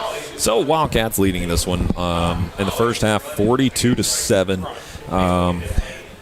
Timeout, Callaway County. I think they were just checking to see what kind of defensive set we would be in after trying to run off the field because we thought that the first half was over. I think that they were considering that we might have just let this one go. And but I tell you what, this is an iron 10-minute first half already. Yeah, 8:09 here in the evening, as these kids are set for their homecoming party. I tell you that. Giving a lot of room is our corners. Now, Smith. Now a double handoff, looking for a flea flicker, throwing deep, looking deep, and Hampton is going to pick it off. He's got it, and he's across the 50, and he's going to be brought down at the 40-yard line. That is going to go on for another interception for Xavier Hampton. Now, Brian Talley, we can say it's halftime. Your Wildcats are leading this one after the interception right before the half, and your Wildcats will get it after the break. 42-7, they're leading it right here on homecoming night. We're going to take us about a 3-minute break, and we'll be right back with you on 92.3 WFKN.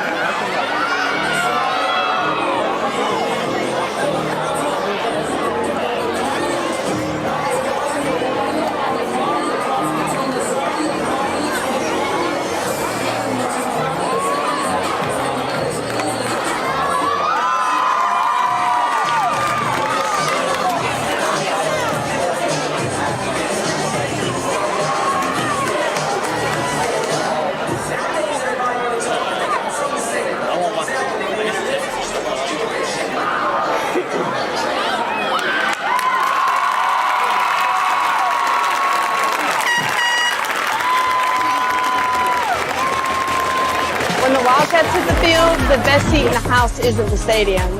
Rack House Restaurant and Bar is your official Franklin-Simpson Watch Party headquarters. Every game, all season long. Bring your crew and grab your favorites from our made-from-scratch menu and catch every touchdown, basket, home run on multiple screens. Rack House Restaurant and Bar in Franklin, Kentucky, where Wildcat Nation gathers. See you at the game, right here.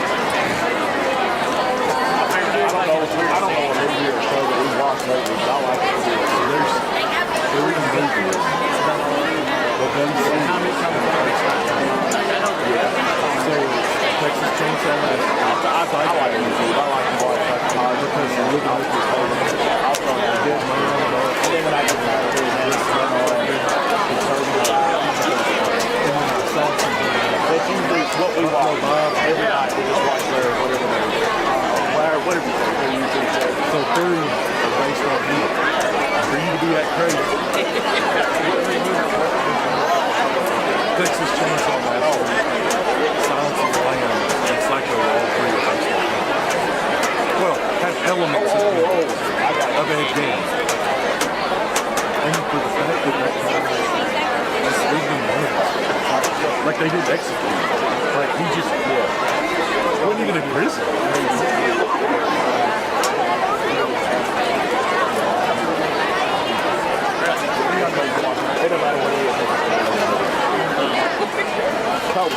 You know, watch the Lou Deerfield show start tonight? Yeah. By we get home in time, we may have to try one out. It's got to be. If it wasn't for us sleeping, I would probably stay up watching all the night. We think so.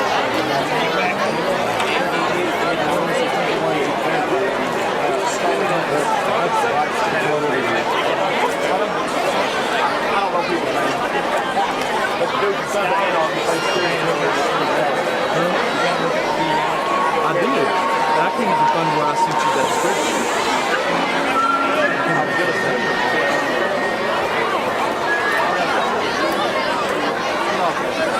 You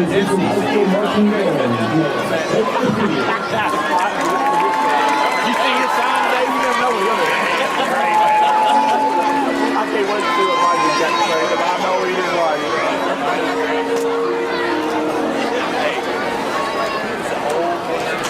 That's it. That's right.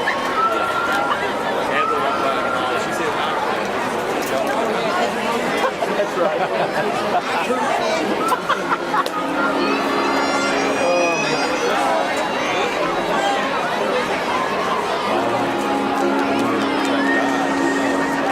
It's got a weird name. But he was in the water.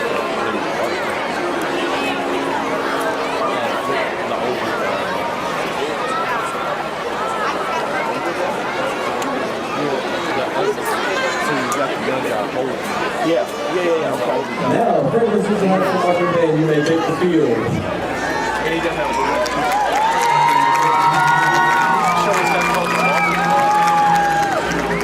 Outlaws run this town. There's a code we all live by. Rule number 1. The fugitive must have a bounty. We don't work for free. Why is this so sour?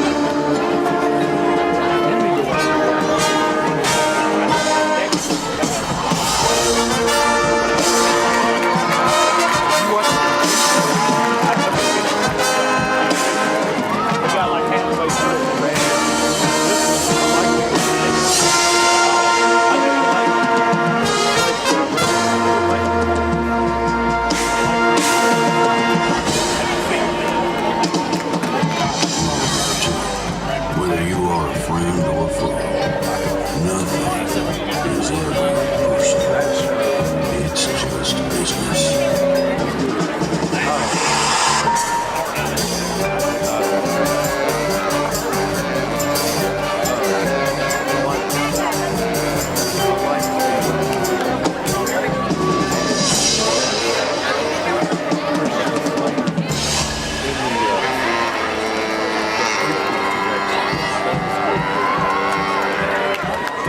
So they got reborn was he picks up where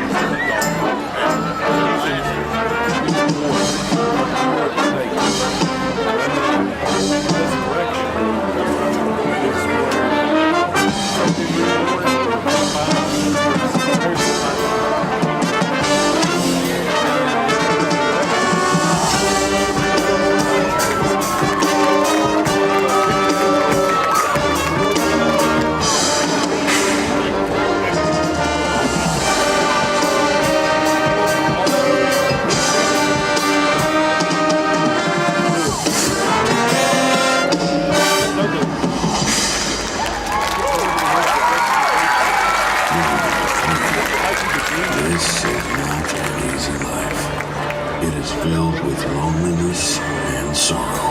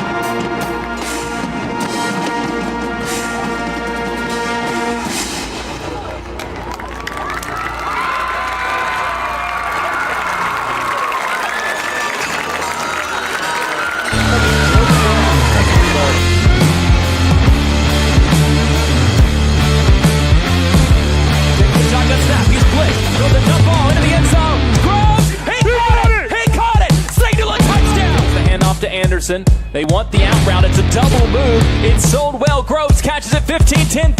Touchdown. Fake the out. Went down. It's halftime on Franklin-Simpson Channel 9. Halftime is sponsored by Grease Monkey of Franklin, as well as Franklin EPB Fiber. In Franklin, we keep things moving, from the work trucks to the family vans. We all need a pit stop now and then. At Grease Monkey of Franklin, we make oil changes fast, friendly, and reliable for personal vehicles and entire fleets. Whether you are headed out on a road trip or making deliveries across the county, our certified technicians will keep your engine running clean and strong. We treat every car like it's our own. Our goal is simple: get you in, out, and back on the road with confidence. Fleet service? No problem. We work with local businesses to keep their teams moving without the downtime.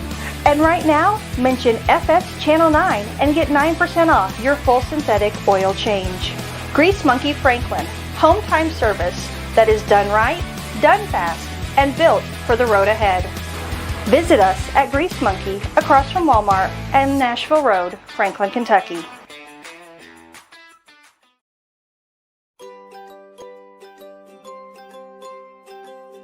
Well, we're right here. We're in town. If somebody has an issue, we're there either that day or the very next day.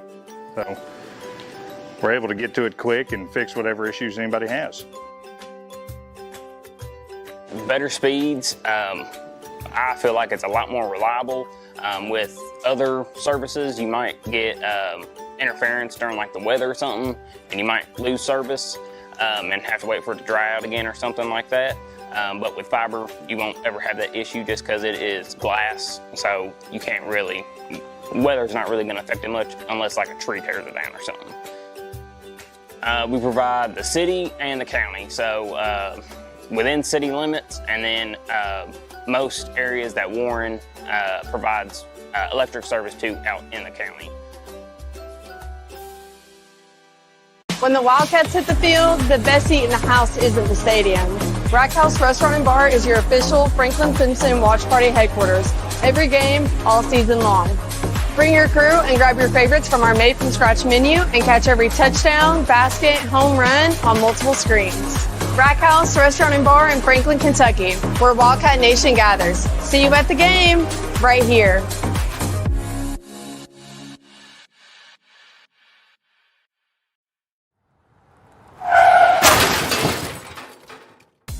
Accidents happen in a split second, but the repair doesn't have to be a headache. At Eaton Collision in Franklin, we bring your car back to life with expert repairs and a flawless finish.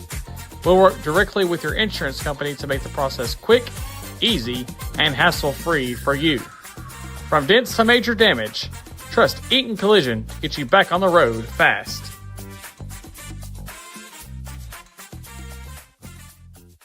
Ready to see the world without the stress of planning? At Picture This Travel, we specialize in creating unforgettable travel experiences, tailored just for you. And now we're excited to launch Franklin-Simpson Alumni Travel. Imagine exploring incredible destinations across the globe, side by side with fellow FSHS graduates. Travel together, make new memories, and celebrate the Wildcat spirit worldwide. For more information, follow me, Julie Walters with Picture This Travel on Facebook. We've been with Franklin Bank since '92 because we trust them. Franklin was a great fit to help build a team and a culture that just kind of resonated with both of us. They took a chance on us. It's not a banking relationship, it's a personal relationship. That's the most important thing to me about doing business with a bank. Yep. Let's see. Nope. Pooch. Nope. Pooch kick again. Fielded by Bennett. Bennett gets past one would-be tackler and brought down by two at the Wildcat 32-yard line. And they do have an injured player. So he's up. Oh, he's up. All right. He's helped up by his coach. And that running clock will get underway. So 11:40 to go here in the third. And your Wildcats, we do anticipate them to just pound this thing. And something important to remember, that clock keeps running, even if the lead gets below 35. Yes. The running clock does not ever stop now. From this point on, that is certainly an important note, as if we were to give them the ball back without scoring here. Here's a delayed handoff. Xavier Hampton, he's around. He's got the 50. He's got the 45, the 40. A little stutter step, and he's going to be grabbed by the back of the jersey, and he's going to be jerked out of bounds. So maybe a little unnecessary roughness here after the play was, out of bounds, but he makes a great play running the football all the way down to the Lakers' 15-yard line. And, Brian, that right there is exactly, if you're an opposing team, you have to hate it. But if you're a Franklin-Simpson fan, you've got to love it, because we're not out here throwing the football. No. We're trying to run the clock out. Yeah. We're trying to run the football to keep that clock going. And what are we doing? We just rip off about let's say, 10, 20, 30, 40, 50. That's about a 55, I think, if my math is right. And now Calloway County jumps off sides. Going to make it 1st and 5. 33 to the 15, so that's 17. Zay, my man, why'd you got to do them like that? 52 yards to be exact.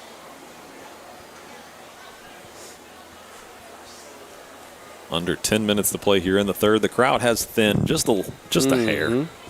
And now Franklin gives that 5 yards back on a false start. and with the running clock, I hate to see it from a coaching standpoint, but with the running clock, I almost don't even care, because the play clock is going to reset, and we're going to get an opportunity to just call the play just like we normally would have from 1st and 10. With the 42-7 lead, but it is a continued issue with this team that at some point could rear its ugly head at a very, very bad time. Yes. Back to pass. Wow. Surprising. Looking for the back corner, just out of reach of Perry. Perry, with the running clock, I guess it doesn't really matter. And I don't know who told Brody to put on the hot pink for tonight, but it's working for you, brother. That one just out of reach as you're trying to haul that one in with one hand. It'll be 2nd and 10 from the Glasgow 15. leads Butler County 56-6 at the end of the third quarter. Glasgow, a future Wildcat opponent, and another false start. See, Cody, you got to clean this up. Absolutely. Now it's looking like a problem here as you come out to start the third quarter. Hearing it down on the sideline from the coaching staff is the offense here. Going to bring up 2nd and 15. That one I don't like.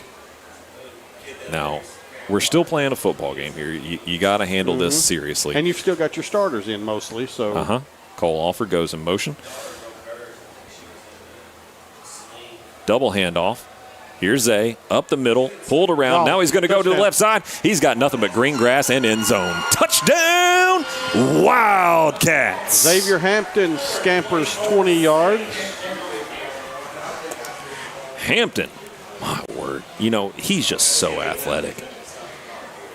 Xavier taking his hat off and throwing it into the Pelicans player of the game ring. Sure potentially. Sure is. That's ultimately your call, and I'm glad that it is. I will advise as advisement is needed, but that is ultimately your call. Right now, it's hard to look against Brady Delk. It is. Delk with 2 rushing touchdowns as McAllister puts the extra point up and through. It's going to make it 49-7 with 7:41 to go here in the third. You're listening to 92.3 WFKN.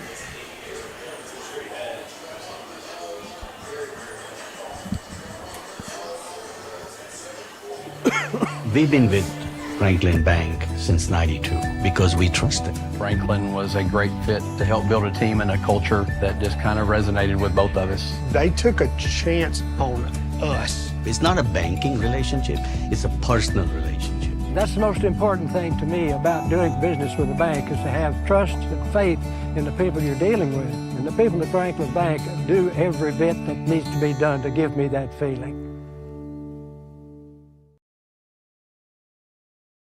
True.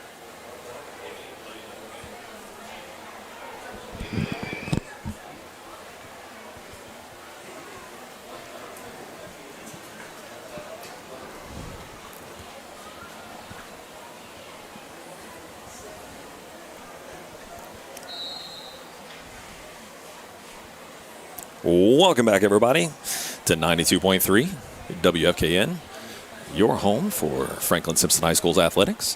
Right now, we're in the middle of a football game, though, and, there's a big return for Callaway County. He has just picked his way all the way up to the Callaway County 45-yard line there. Sean Phillips again. Phillips with his best return of the night to give Callaway County their best starting field position of the night.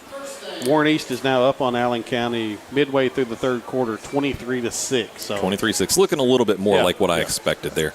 Allen County just having a very down season. Have not won a game, and you'd have to go back a long time to get to the 7th week of the season and Allen County not have a win in football. Yeah. Well, your Wildcats are putting it on Callaway right now, 49-7.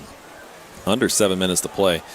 This is a run up the gut. Ooh, a big-time hit there. Big-time hit there by number 27, Arian McCormick, the freshman. Now, we do have some young guys out there on defense now, Cody. Sure do. Callaway County will probably move the ball a little bit, but you got to get these guys a little run here, and they earn it. They come to practice. And sure do. Let them get out there and hit somebody. Yep. Noticed Arian McCormick out there in a nickel corner spot. And you called his name, and yeah, it's Jaden Darkus. Darkus, okay. So Darkus with a reception, he's going to bring it up. Gain of about 5 there on the play. That reception just hurt his 50-yard average. Well, he had a few yards to give there after that 71-yard reception earlier in this one. Breedwell, and Callaway County does play a primarily shotgun-style offense with trips left and 4 wide kind of thing. Back to pass, and he's going to try. Through the hands of Jerian Williams, and he knows it. Yep. He's talking to that offensive lineman that got out wide right there, trying to set up a wide receiver screen out to the left, and it went right through the hands of Jerian Williams. Jerian would still be running. Yeah, I mean, he could have run to Tennessee. Yeah. I can tell you that. In the wall, there's a Wildcat down, Coach. Yeah, he just dropped. Oh, I can see his calf muscle from here. He's got a cramp. Oh, boy, I can see that thing from up here in the press box. That thing was cramped up. Oh, that thing was so clenched. Well. Man, there's not a lot of things that hurt any worse. Golly. Thank goodness that I don't work out quite like I used to, because when I did. Me neither. You know what? Me neither.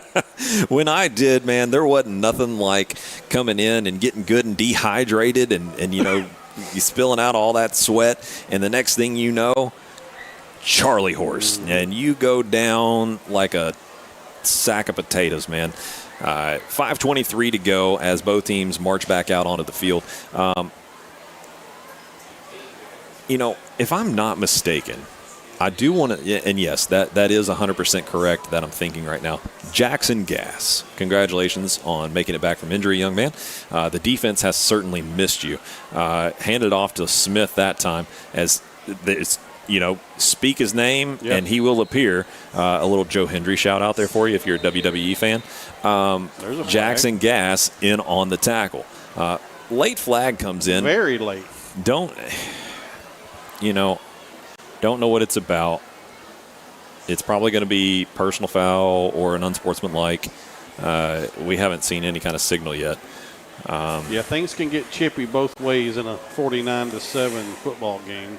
Yeah, especially when it's going to be on the Wildcats. Yeah, going to be on the Wildcats. I hate that because this is homecoming. This is a team that has traveled a great distance to get here. If you've heard any of my previous broadcasts, you know that I think that you ought to be a gracious host to anybody coming in to your town and your school, and our young men out on the field ought to feel the same way. Now back to pass Breedwell, looking left, throwing left, and he's got a man, and that's Caden Bennett out there on the tackle going to Caleb Collins on the reception. Going to bring down Collins right around the 4-yard line there, maybe at the 5. Yep, they're going to spot him at the 5 on the left hash. Going to be 1st and goal. This right here being the first successful drive of the game that we've seen in any capacity, quite honestly, other than the 71-yard bomb. And it's coming in with a lot of backups. I'm sure that the Wildcats are on their heels, giving chase to Breedwell. Tosses that one out of the back of the end zone, just tries to throw it up for Logan Smith there, and he's unable to tap it and bring it in. Right at about 3 minutes on the clock now. 2nd and goal from the 5 for the Lakers. Breedwell, the quarterback, certainly has not had a very prolific night here for the Lakers. It just nothing has worked for them other than the long toss. Logan Smith, I don't know his numbers here this evening, but they can't be good. No. False start, back him up 5. Everybody jumped up, all the Wildcats jumped up pointing at the Lakers, and it almost took a moment before the referees even decided to start blowing the whistle and throwing the laundry. And they're going to discuss it for a moment, almost like they didn't want to call it. But it looked like a false start. You know, sometimes in a 40 offsides. Oh, my. Sometimes in a 49-7 game where the clock's running, just let a little thing like that go. Just play football. Yeah. So half the distance to the goal now. They're going to spot that at about the 2.5-yard line for the Lakers. So still 2nd and goal. 49-7, 2.5 to go here in the 3rd quarter. Running clock at this point for your Wildcats. 42-point lead. And is he going to get in there? Yeah. Still no signal. Well, yeah, touchdown. Touchdown for the Lakers. Logan Smith on the carry there. Right at the 2-minute mark. Going to make this one a 49-13 game. Looks like the kicking team coming on for the Lakers. Try the extra point after.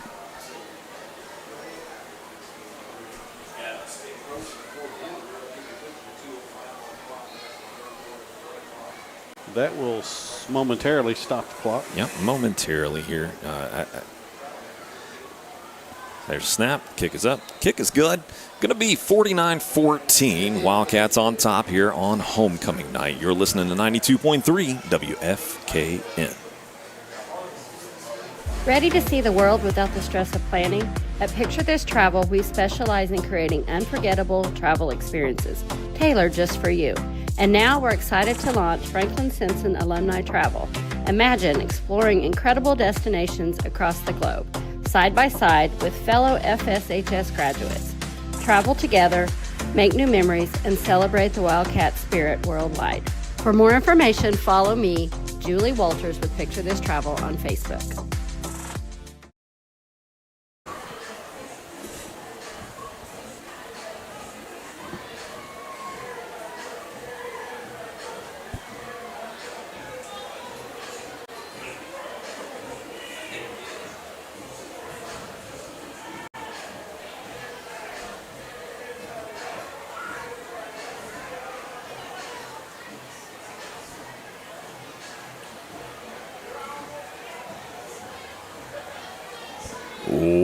Welcome back in, everybody, to 92.3 WFKN, your home for Franklin-Simpson High School's athletics. Wildcat football right now, an onside kick attempt, and they catch him sleeping, and it is off the Wildcat defender and jumped up and caught by the young man that I can't ever seem to remember his name, number 7 for the Calloway County Lakers. Jaden Darkus. Darkus. I want to call him Darkinen, but it is Darkus.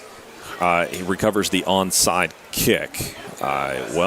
Less than 2 minutes to play now, and the Lakers recover an onside kick. They've got an opportunity to make this game respectable, I suppose, but they don't have enough time to win it with a running clock. But right.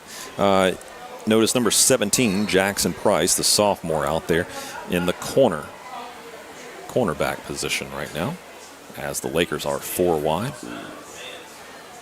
There's the snap. Breedwell looking across the middle, and he's got Darkus, and he's going to be off the mark on that one. Looks like Jackson Crafton was getting into the backfield, providing some pressure. Yeah, I think he threw that one before he wanted to. Darkus did not seem to make the route either that he wanted to. He didn't break it off across the middle quite like I think Breedwell thought he would. So now they're going to go trips left, and there's Darkus, as we said during halftime, not lining up outside. He is in the slot. And there's the handoff up the middle. And they are going to run it up. Going to be a first down gain of about 11 there for Logan Smith. So he's going to end up with probably quite a few garbage yards, I guess you could call them, as we're under 30 seconds to go here in the third quarter. So nearly fourth quarter time, 1st and 10 for the Lakers. There's a handoff yet again, and he's going to be brought down after about a 3-ish yard gain. Maybe the last play of the quarter. Going to bring up 2nd and 7 for Callaway County. 8 seconds. I don't think they're going to get on the ball. No, don't look like it. That's going to be the end of the third quarter. Wildcats leading 49-14 here on homecoming. You're listening to 92.3 WFKN.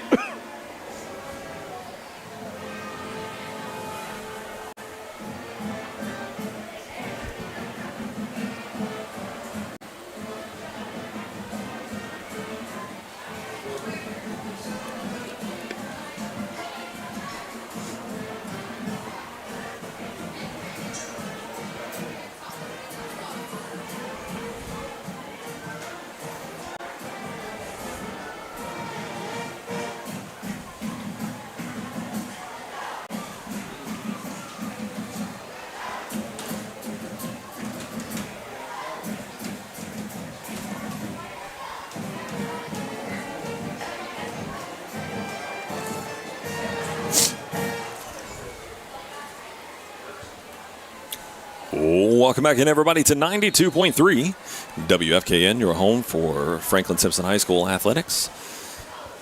Little Wildcat football action right now at the start of the fourth quarter. Callaway County's got it. Looking deep as Breedwell. He's got a man wide open, a busted coverage, and he is going to be stopped inside of the 1 yard line. An absolute busted coverage that time.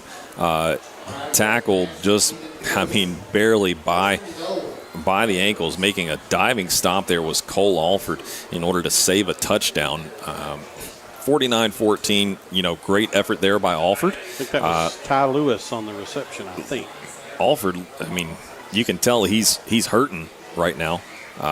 He took a shot, that young man's feet, the cleats down to the ribs, it looked like. You can tell he's breathing heavy. He's having a hard time out there, but the play's going to go on as Lewis went in motion, and he's got him, and he's going to catch it. Touchdown. And that's going to be a touchdown, Callaway County.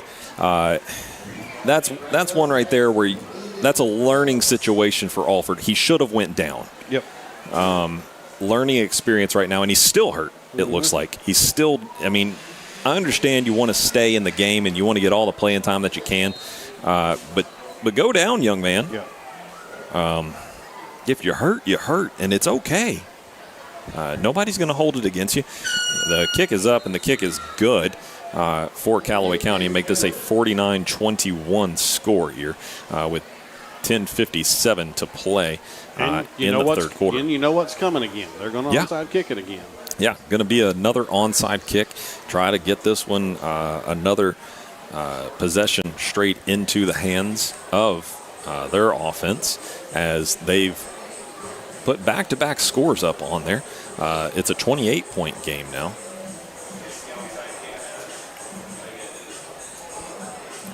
Well, Brian, we've seen a lot of this center section clear out recently. Fourth quarter. Yeah. I tell you what, this student section's ready to turn up, though. The way they just got on their feet I guess there's probably a homecoming dance tonight. I guess I don't know. Is that? I don't know. Is that how we do that now? Do we still do things like that? Hey, help from our scorers table over here. Do we have a homecoming dance to follow this? No. Fall break's coming up, so no homecoming dance. So thank you to all of our leadership team. We recovered that one. Recovered that one. Good job there. I couldn't tell if that was Gas or I think that was Franklin that recovered that one. So no homecoming dance because it's fall break. Yeah, Jamarius Franklin on the coverage there.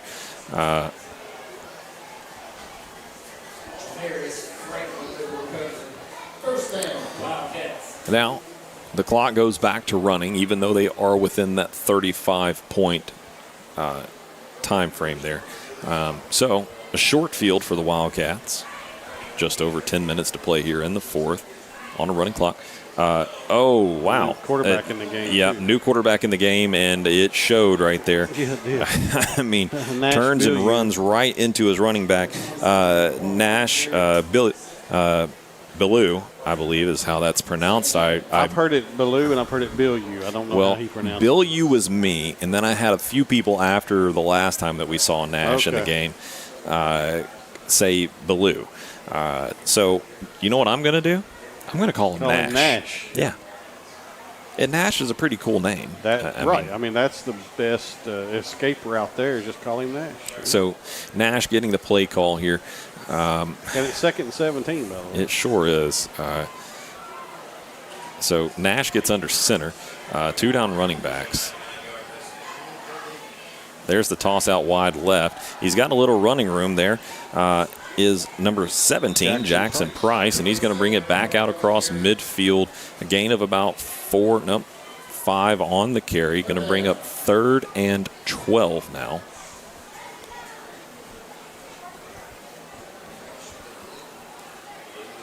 Here comes number 87 into the game, Hunter Griffin, sophomore.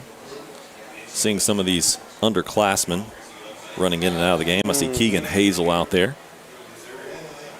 See number 77, Timothy Chandler, out there on the offensive line.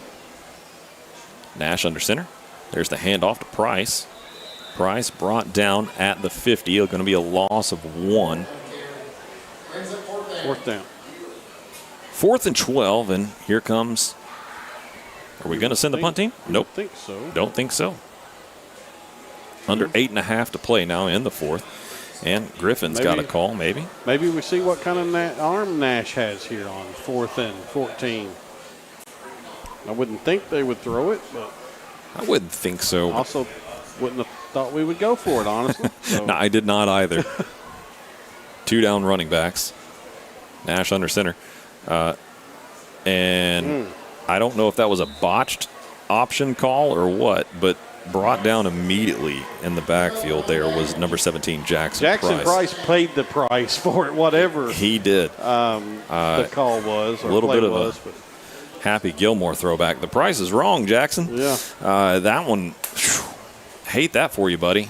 He's holding his arm too. I hope he's okay because he got caught in the wrong place at the wrong time right there, trying to catch a handoff. Now they're going to throw it deep first play, I would guess. Yeah. Now they want to score quick if they can. Now here comes Aiden Jones out onto the field, and he's getting his helmet straps back on.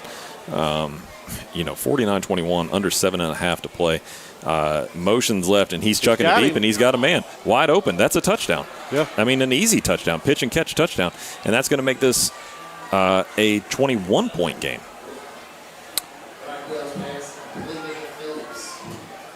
You know, Brian, all of a sudden, everybody just go stand at the goal line, just that's they have to throw it. They have to do that. So get down there. I understand the situation, but at the same time, they're going for 2, by the way. Going for 2. Breedwell did not even realize they're going for 2. Logan Smith calling the play, telling him just to give me the ball. And he's trying to fight off would-be tacklers, and he's going to push. He did not get it. He was down before the guard line. Guard line. The guard line. The goal line. My goodness, what a goof Call it I am whatever right you want now. to call it. You know, it's a 22-point lead, 7:13 to play. This whole thing has got me all kinds of flustered right now because you want to maintain the lead. So, young men, you're in here subbing. You work hard. Mm-hmm. I'm sure you practice probably 2 hours a day. You put another hour in the weight room. You spend time watching film with your teammates and everything else in between that you do in order to get yourself right, your mind right, your body right, all the food, the nutrition, and everything else there in between, even as freshmen and sophomores. So when you get this opportunity, boys, you got to lock in. And we hope that they are taking this as seriously as they possibly can. Another onside kick. Yep, here it comes, and there it goes. Scooped up and brought down. Good job by the quarterback, Brady Delk. So it's going to be 1st and 10 for the Wildcats from their own 45-yard line on the far hash. Let's see. Brady's going to stay out there. I was going to say I wouldn't be surprised to see Brady stay out there, and he did. Yeah. And we're going to get some of our regulars, not all of them, but several of them back out there. Yeah. Maybe we need to go on and finish this thing out right now, as we've seen Calloway County. A little too close for comfort. Yeah. What was a 42-point lead at one point in time is down to 22. There's Xavier Hampton looking for run room, ran left, ran right, turned nothing into something from 1st and 10 to 2nd and 5 now. You know, some fighting down there in the huddle. I mean, in the skirmish after the tackle. But, you know, if you're Callaway County, you've seen some things in this fourth quarter you can kind of take with you tonight. Yeah, you can kind of hang your hat on a few things here. I don't know if you could call back to them or not, considering that the couple of things that we've seen here have happened against backups. Absolutely, yes. And these kids, they got on their heels quick. Here comes Jarian Williams around the left side, jukes a man out of his shorts and gets about another 8 yards out of that thing. There's a first down. Somebody call the doctor. We got a set of broken ankles out there on the field. 5.5 to go, and Jarian Williams gets a first down. You got to look at Jarian Williams right here and consider him, I would even think, as your Pelican snowball player of the game, as we still don't know what happened to Blake McPherson. No, we don't. I didn't see him go off. I didn't notice an injury or anything like that, and he's not out here on the sideline. Yes, he is. Is he? In a pair of shorts right here. That's number 8. Okay. And that's. I was standing behind this wall and thought it was 6. Yeah. And I don't see him anywhere else. So Blake McPherson, a bit of a story for this team as he is a two-way starter running the football as well as on the defensive side of things. He's in the defensive backfield. Him and Brady Delk are your starting safeties. So that could be a developing story moving forward. I almost don't even mind that we've got the week off next week. Absolutely. Just so if he is hurt, hopefully he's got that enough time to get fully healthy going into the Logan County game. 1st and 10 for your Wildcats right now after the timeout with 4:50 to play here in the fourth quarter. Your Wildcats leading at 49-27. 3 straight touchdowns for the Callaway County Lakers to make it a 49-27 game. It was 49-7, and we got back on our heels maybe a little bit too much. But Brady dealt back into the game. Yeah, we're going to ice this thing away right here. There's the handoff by Aiden Jones. He's going to run through an arm tackle, run through another arm tackle, and he's going to be carrying a pile out of bounds at the Laker 20-yard line. First down, Franklin-Simpson. 15-yard run there that will ice it away. Yeah, just over 4 minutes to play here in the fourth. Another first down for the Wildcats. You know, those couple of sequences there got me all out of I don't know what you call it from me, but I mean, I was at a loss for words. I was just kind of thinking to myself, what the heck is going on here, guys? The game ain't over. Goes in motion, does Williams. Back to pass is Delk. Looking deep, throwing deep. Got a man, and he is going to bring it down. Touchdown, Wildcats. Yet again, I didn't want to I was looking towards our PA announcer right there, and I didn't want to give you my touchdown Wildcats call right there. But Delk to Perry, touchdown Wildcats. That's another touchdown for Brady Delk. I think kind of cementing himself as your Franklin Pelican Snowball Player of the Game.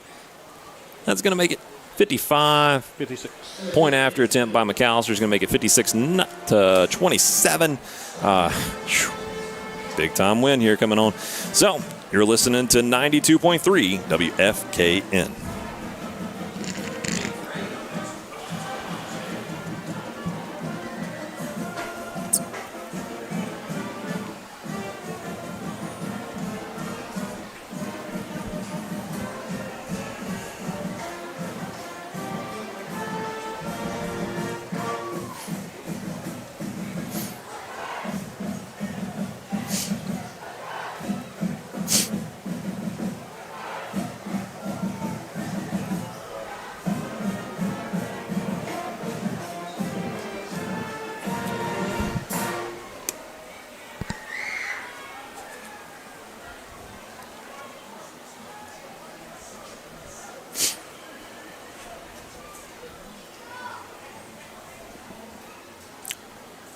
Got the ball.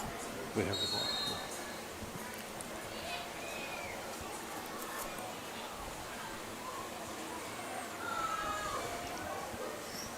Man, what a kick.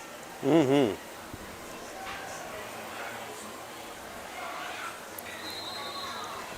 Welcome back in, everybody, to 92.3 WFKN, your home for Franklin-Simpson High School's Wildcat football. Right now, we're looking at a running clock in the fourth quarter. Franklin-Simpson on top of this one on homecoming, 56-27. Brody McAllister, man, he's just got a leg right now, and he puts another beauty of an opening kickoff here. Way back, fielded around the 5-yard line by the Calloway County Lakers. Breedwell looking left, throwing left. He got a man, and it's going to be a gain of about 8 yards on the play. See Jackson Price running back out there. He's going to get some run on the defensive side. He's had several snaps for us tonight out at cornerback. Williams comes out. Honestly, I'm shocked to see Logan Smith still getting touches because, as we've seen from Smith throughout games previously, he has gotten rest whenever games have been out of reach, whether it be winning or losing.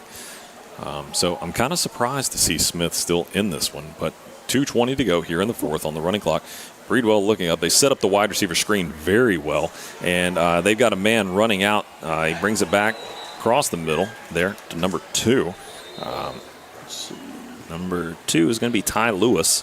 Ty Lewis has got one, and we've got 2 Franklin-Simpson defenders down, and I don't like the look of it because 2 of them, are just another cramp issue. Another cramp issue.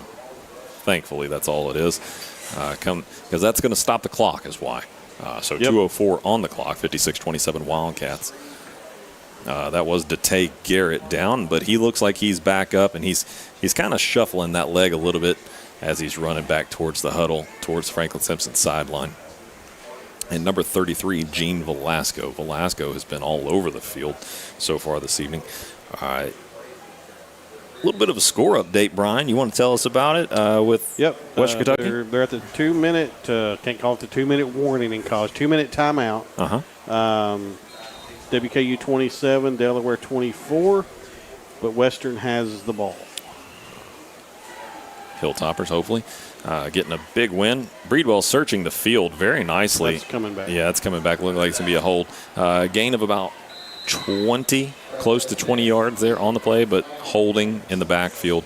Breedwell, I tell you what, he searches and scans the field very well for a high school quarterback. He sees and will go through his progressions.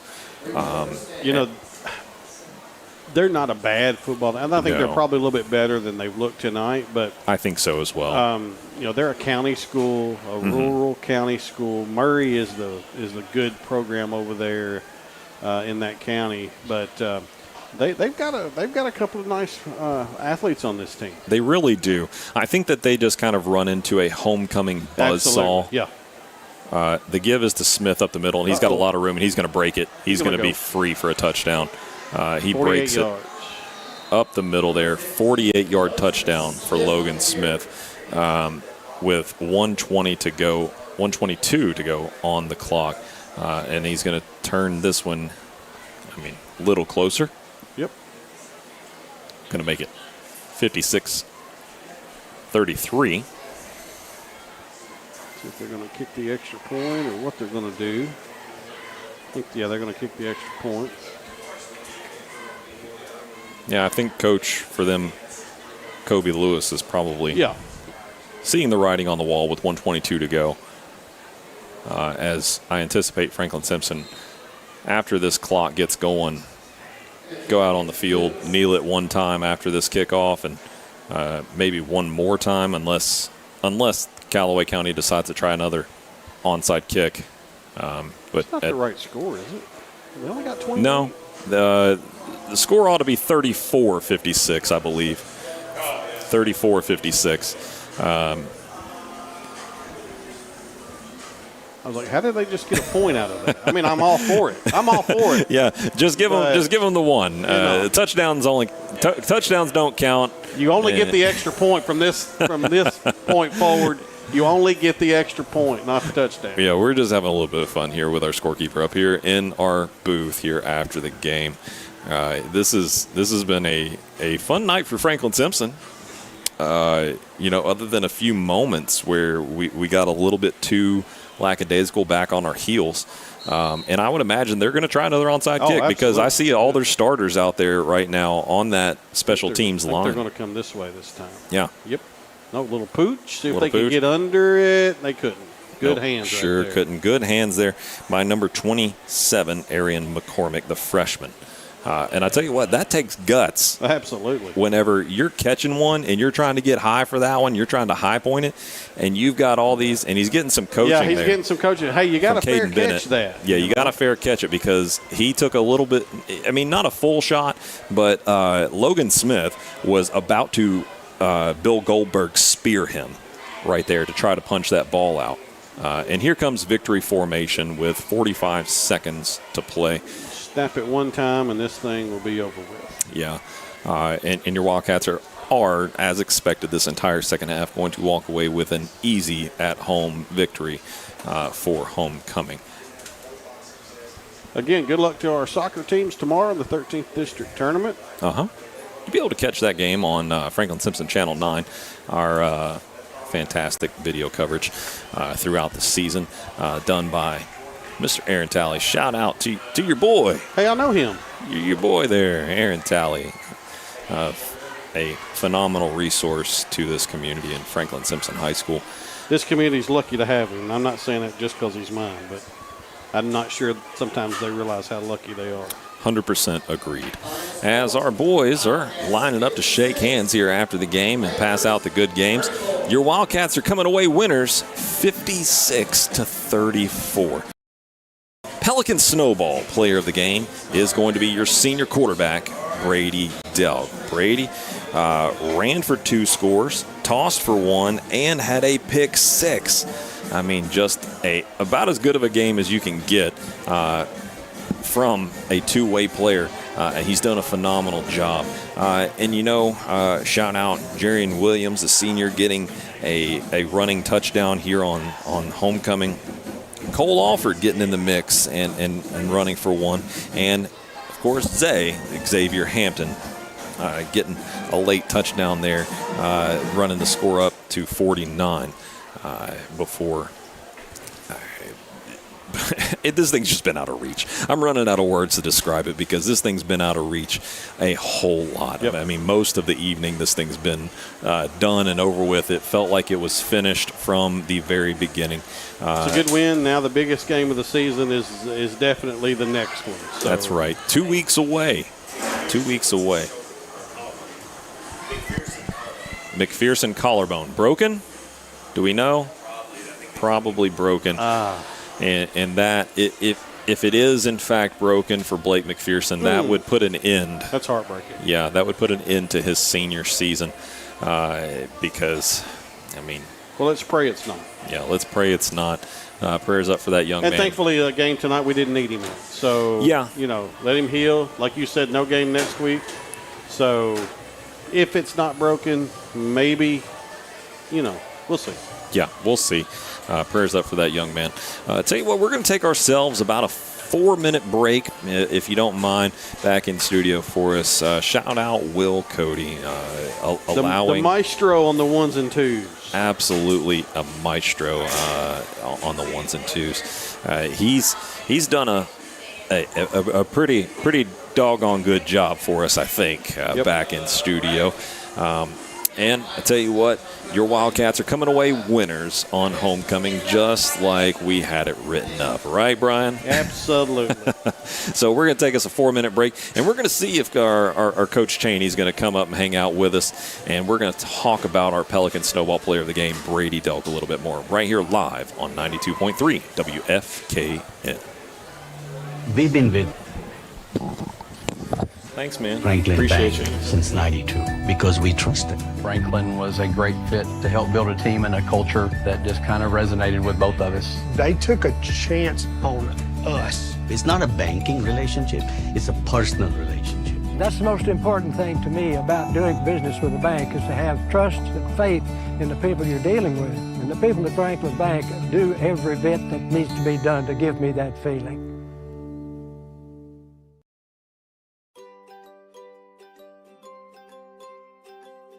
Well, we're right here. We're in town. If somebody has an issue, we're there either that day or the very next day. So we're able to get to it quick and fix whatever issues anybody has. Better speeds. I feel like it's a lot more reliable. With other services, you might get interference during like the weather or something, and you might lose service and have to wait for it to dry out again or something like that. But with fiber, you won't ever have that issue just because it is glass, so you can't really, weather's not really going to affect it much unless like a tree tears it down or something. We provide the city and the county, so within city limits, and then most areas that Warren provides electric service to out in the county.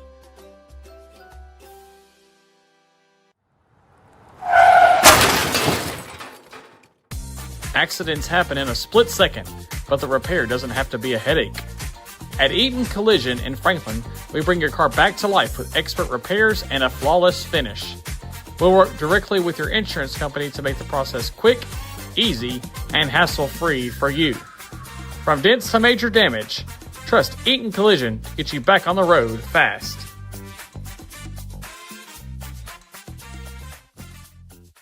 In Franklin, we keep things moving. From the work trucks to the family vans, we all need a pit stop now and then. At Grease Monkey of Franklin, we make oil changes fast, friendly, and reliable for personal vehicles and entire fleets. Whether you are headed out on a road trip or making deliveries across the county, our certified technicians will keep your engine running clean and strong. We treat every car like it's our own. Our goal is simple: get you in, out, and back on the road with confidence. Fleet service? No problem. We work with local businesses to keep their teams moving without the downtime. And right now, mention FS Channel 9 and get 9% off your full synthetic oil change.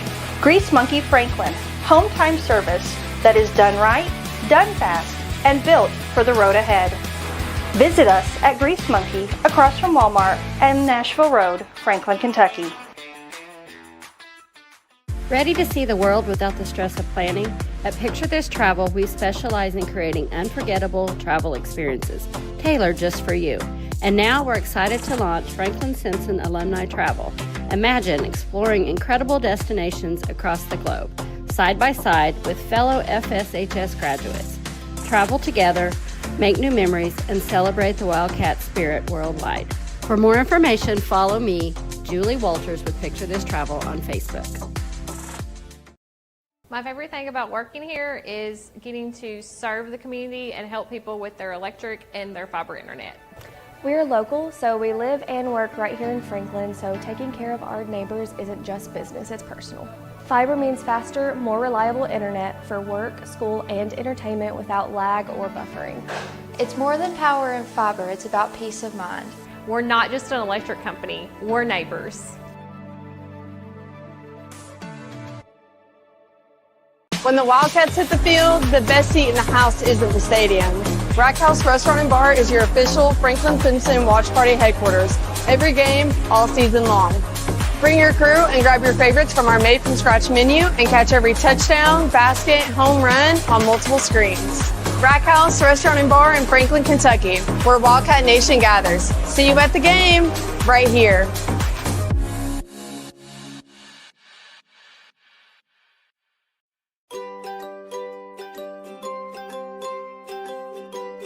So as far as preventative maintenance, to keep outages at a minimum, one thing that we do is pole inspections. So we'll drive across the system, we'll dig out around the bottoms of the pole, see if there's anything rotten, we'll check the pole's integrity in general.